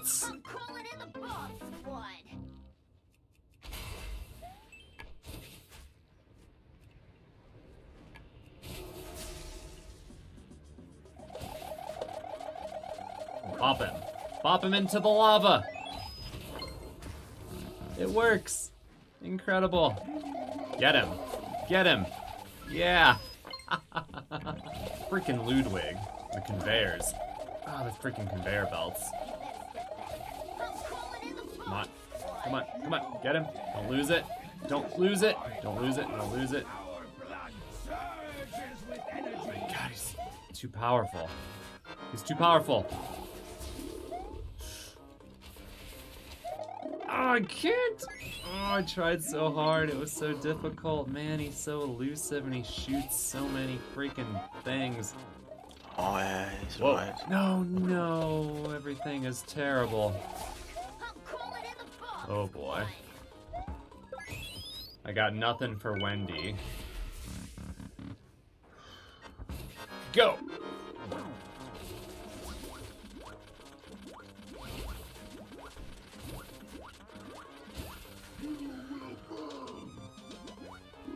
Oh my god. What the heck? Can I hit her underwater? Can I bop her? I think I can, right?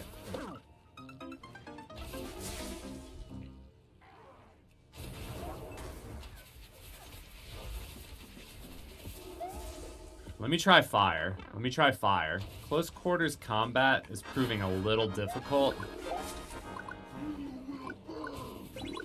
Oh my god. I'm gonna lose it right away. Yep. Yep. This one is so hard. With the conveyors, I can't even hit him.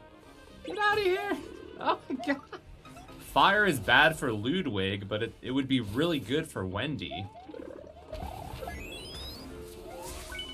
Alright, I have a power-up for Wendy. Let's hit her right away. Free hit at the start. Easy peasy. Wait for it. Hit her right away, right away. Second hit is really easy too. Get ready. Oh, that didn't make any sense. Alright. Yes. Yes. Stick in a cape. Tried and true. Tried and true. Here we go. Freaking this guy. Kick him into the lava. Get him. Yeah.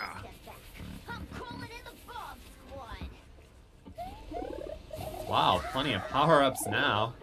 What the heck? Bowser Jr.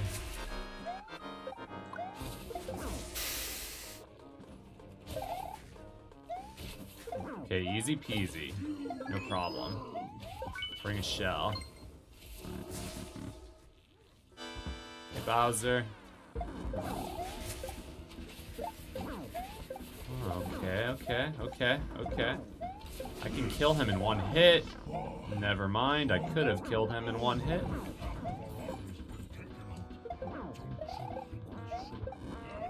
Oh, crap. This is kind of crazy. I like this Bowser fight. It's kind of cool. It's not bad. One of the better Bowser fights I've seen. For real. I think I'll give it a heart. You know what? I'm gonna go ahead and hit that thumbs up button. You know what I'm saying? Stage 2 with 27 lives. Oh. Wow. Whoa. Whoa. The thwomps didn't move. Just run. Whoa. Whoa.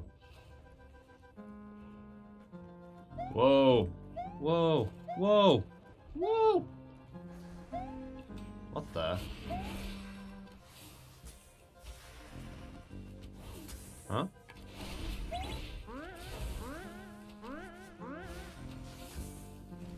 Huh? Oh, I can't get the spring anymore. Hope I didn't need it.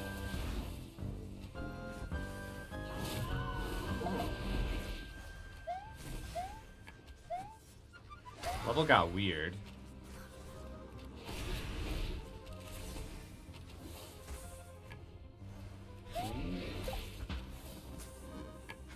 Oh my god.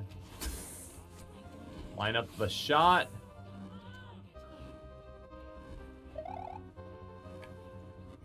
Oh, awesome. I don't know if you guys know this, but I've been playing a lot of Call of Duty lately, so my no-scope skills are pretty on point. Stage 3 with 25 lives. For Majed, technical and standard.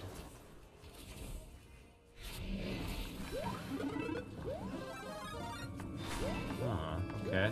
New soup, platforming. Oh, forced hit. Okay, power up. Oh. Oh, oh, oh, oh.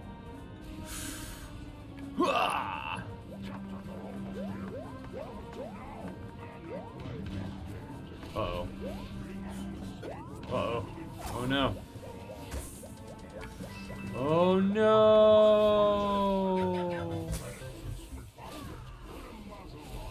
Oh.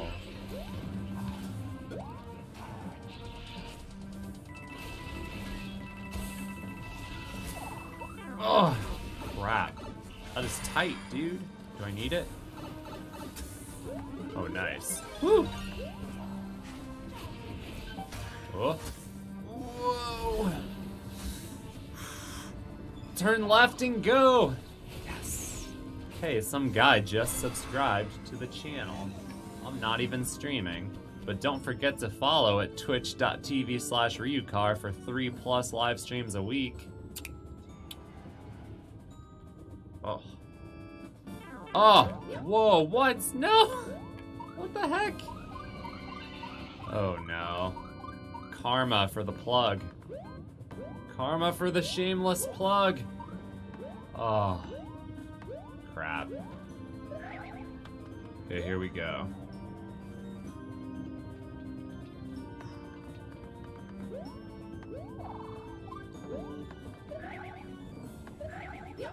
Aha. Alright. Awesome. Less awesome, less awesome.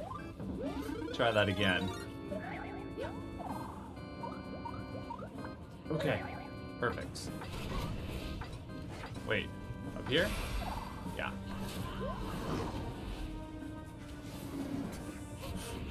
Oh no! Forced damage. And another checkpoint. Awesome. Whoa. Whoa! Holy crap. Well, here we go.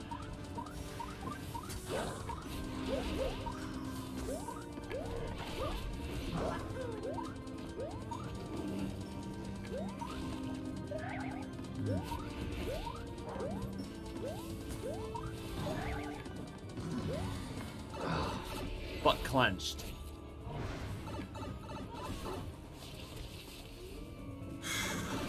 Nice. That was fun.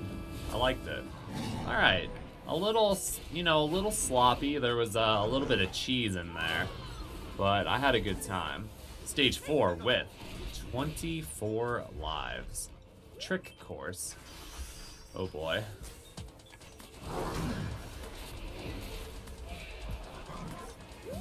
Oh, when he says trick, he means troll. Straight up. Straight up. That's what he means.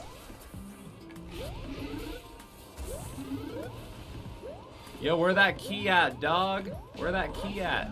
I thought he meant like a Kaizo trick. Can't go in there. Can't go in there. Dude, come on, man. Oh.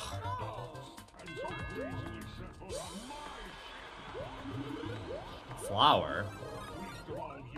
But I need a key. Where do I get a key?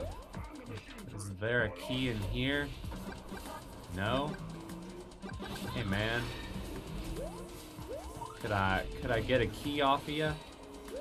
How about in here? You got a key? Oh, hello.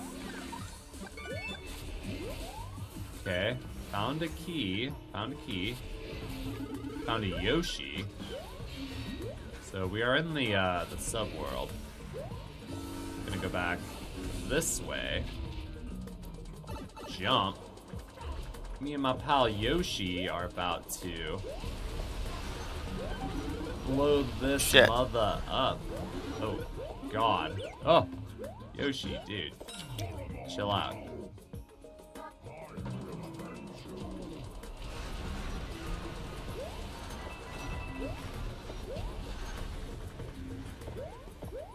Oh, so tempting. Go in the door. Go in the door. Go in the door. Just go in the door. Nope. Maybe I should try to jump it? I don't know. I don't see anything. It's very risky. I don't know about going in there either. Fine.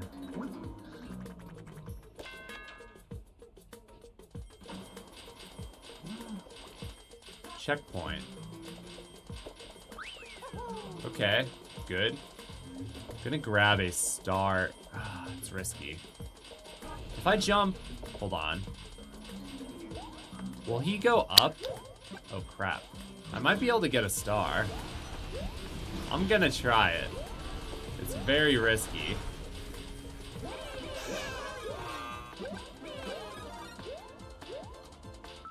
I knew the risks.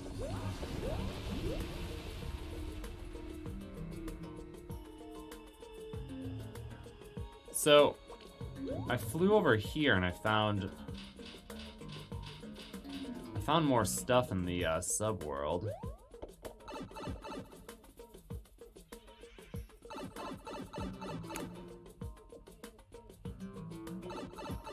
That could be something. I'm gonna lose Yoshi, but what if? We're back in the main world. What if? What if?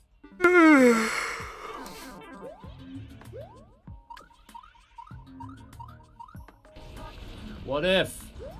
What if? What if? Where am I?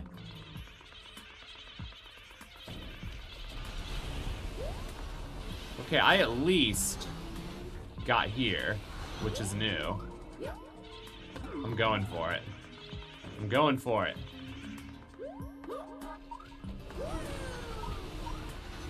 Dang it!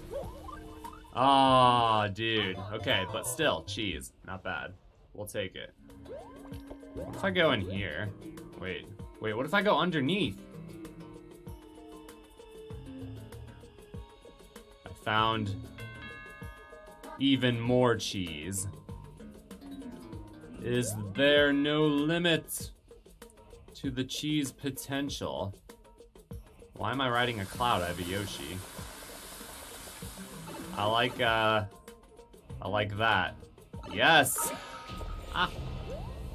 That's so awesome, dude. That is awesome. We skipped basically the entire level. Boo! It's like when Ryukar plays Call of Duty. Boo! Alright, moving on to the next course. Stage 5 with 20 lives. Weeping Willows. Hey, we got a new YouTube member. Oh my god.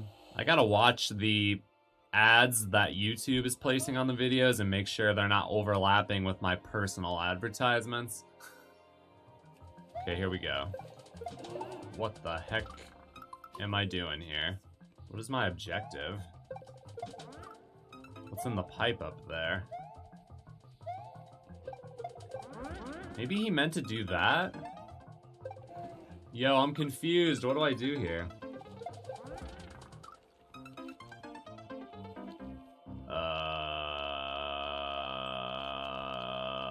What the heck am I doing here? Back shot off the wall and then it goes and hits the block, but then what do I do? How do I survive? Oh my god. That was awesome, dude. Now what do I do? What? Dude. That's so cool. So, are you supposed to grab the spring and do a spring drop right there? I think that's what you're supposed to do. That is nuts, dude. Are you crazy? You must be out of your freaking mind, bro. Oh, I am screwed. Okay, I mean, I see what to do, but we are done for. It has a long world record, too. So we know it's not short.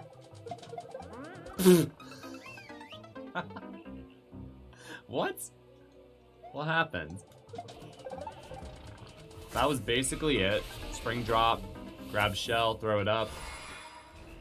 Chain 1,000 shell jumps. Close, close.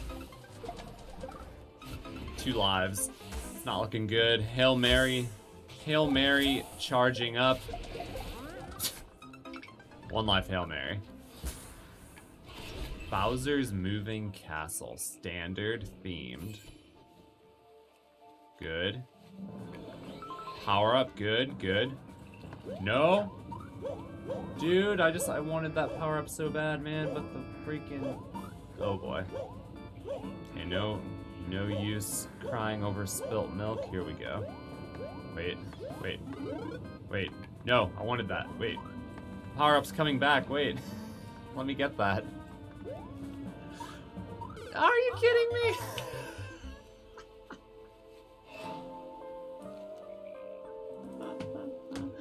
I got bopped by that block, man. That sucks. Oh my gosh. Alright, hold on. We got a freaking... So, Weeping Willows, 0.05%, 13 out of 25,000. A level dedicated to my good friend. 1 checkpoint, hashtag Team Pipe. Alright, Bowser's Moving Castle. Alright, go here. Uh-oh. Yo, check it out. Oh, yeah. Alright. Kind of surprised that worked. Okay, over here. Oh, crap. Oh, no! I think I can save it. Yep. I can definitely, probably, most likely...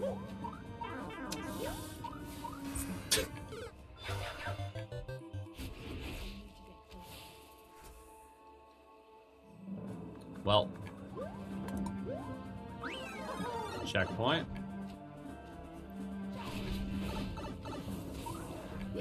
What the? Oh. Do I need to go up here? Oh! Wait. Do I need to... This is really weird.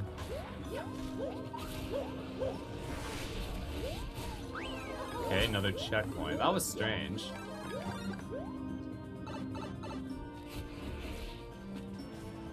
Oh hey, it's Bowser. Whoa.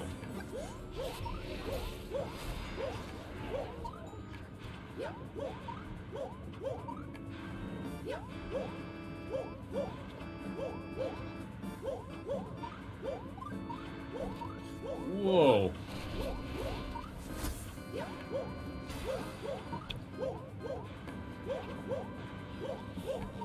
Whoa.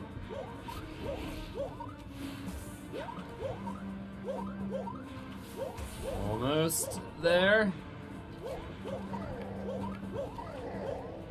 Yo, no damage. Nice. Alright, that one was chill. So here's the deal, my friends. We have a crazy Kaizo level here, 0.05%. That one, that is not going to be easy. What is today? Today is, what is today? Tuesday? Today is Tuesday. I might try this on Wednesday. So I stream on Wednesdays at 4 p.m. Pacific time. Let me give it a shot during stream. I think that'll be the best format. Yeah, I might give that one a try on stream. He has some other levels I'm interested in as well. They look like platforming levels with pretty solid clear rates. So if you want to tune in to my live stream, be sure to tune in at 4 p.m. Pacific time on Wednesday. I also stream on Friday and Sunday, sometimes on Thursdays. You can find me streaming at twitch.tv/ryucar. Hope you guys enjoyed the video. Thank you for indulging all of my shameless plugs. I really appreciate your love and support, and I'll see you in the next video.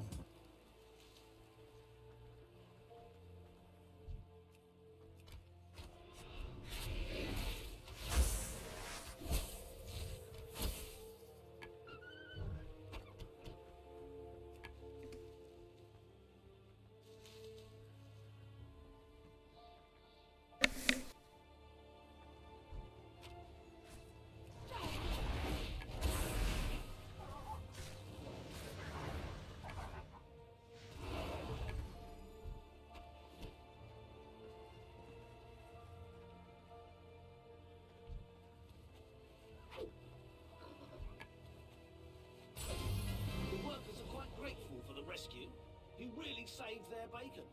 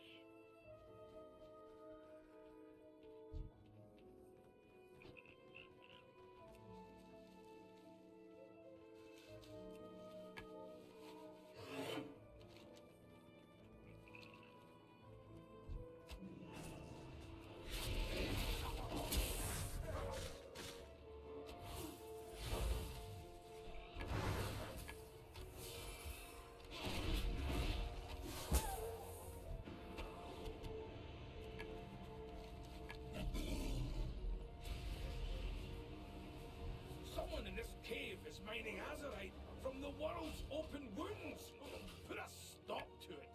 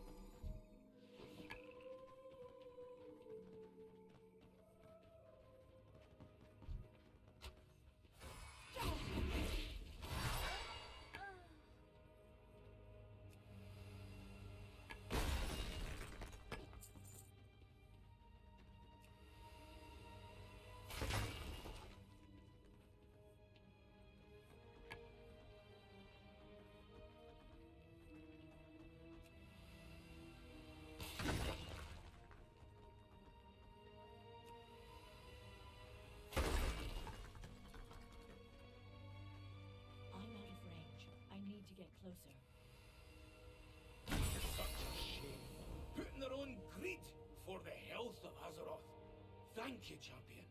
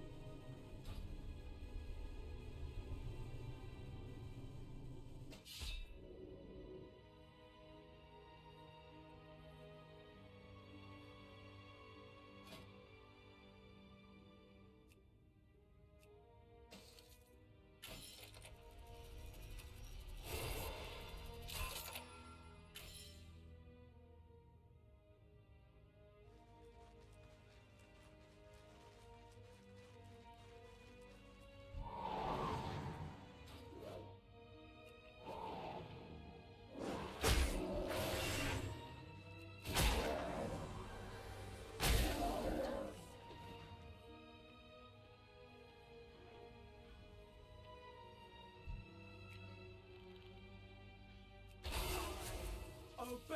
I am free.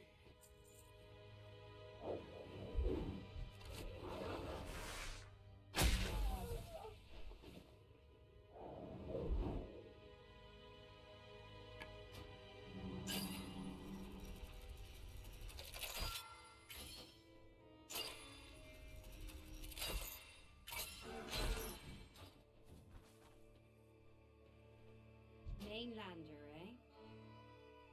This land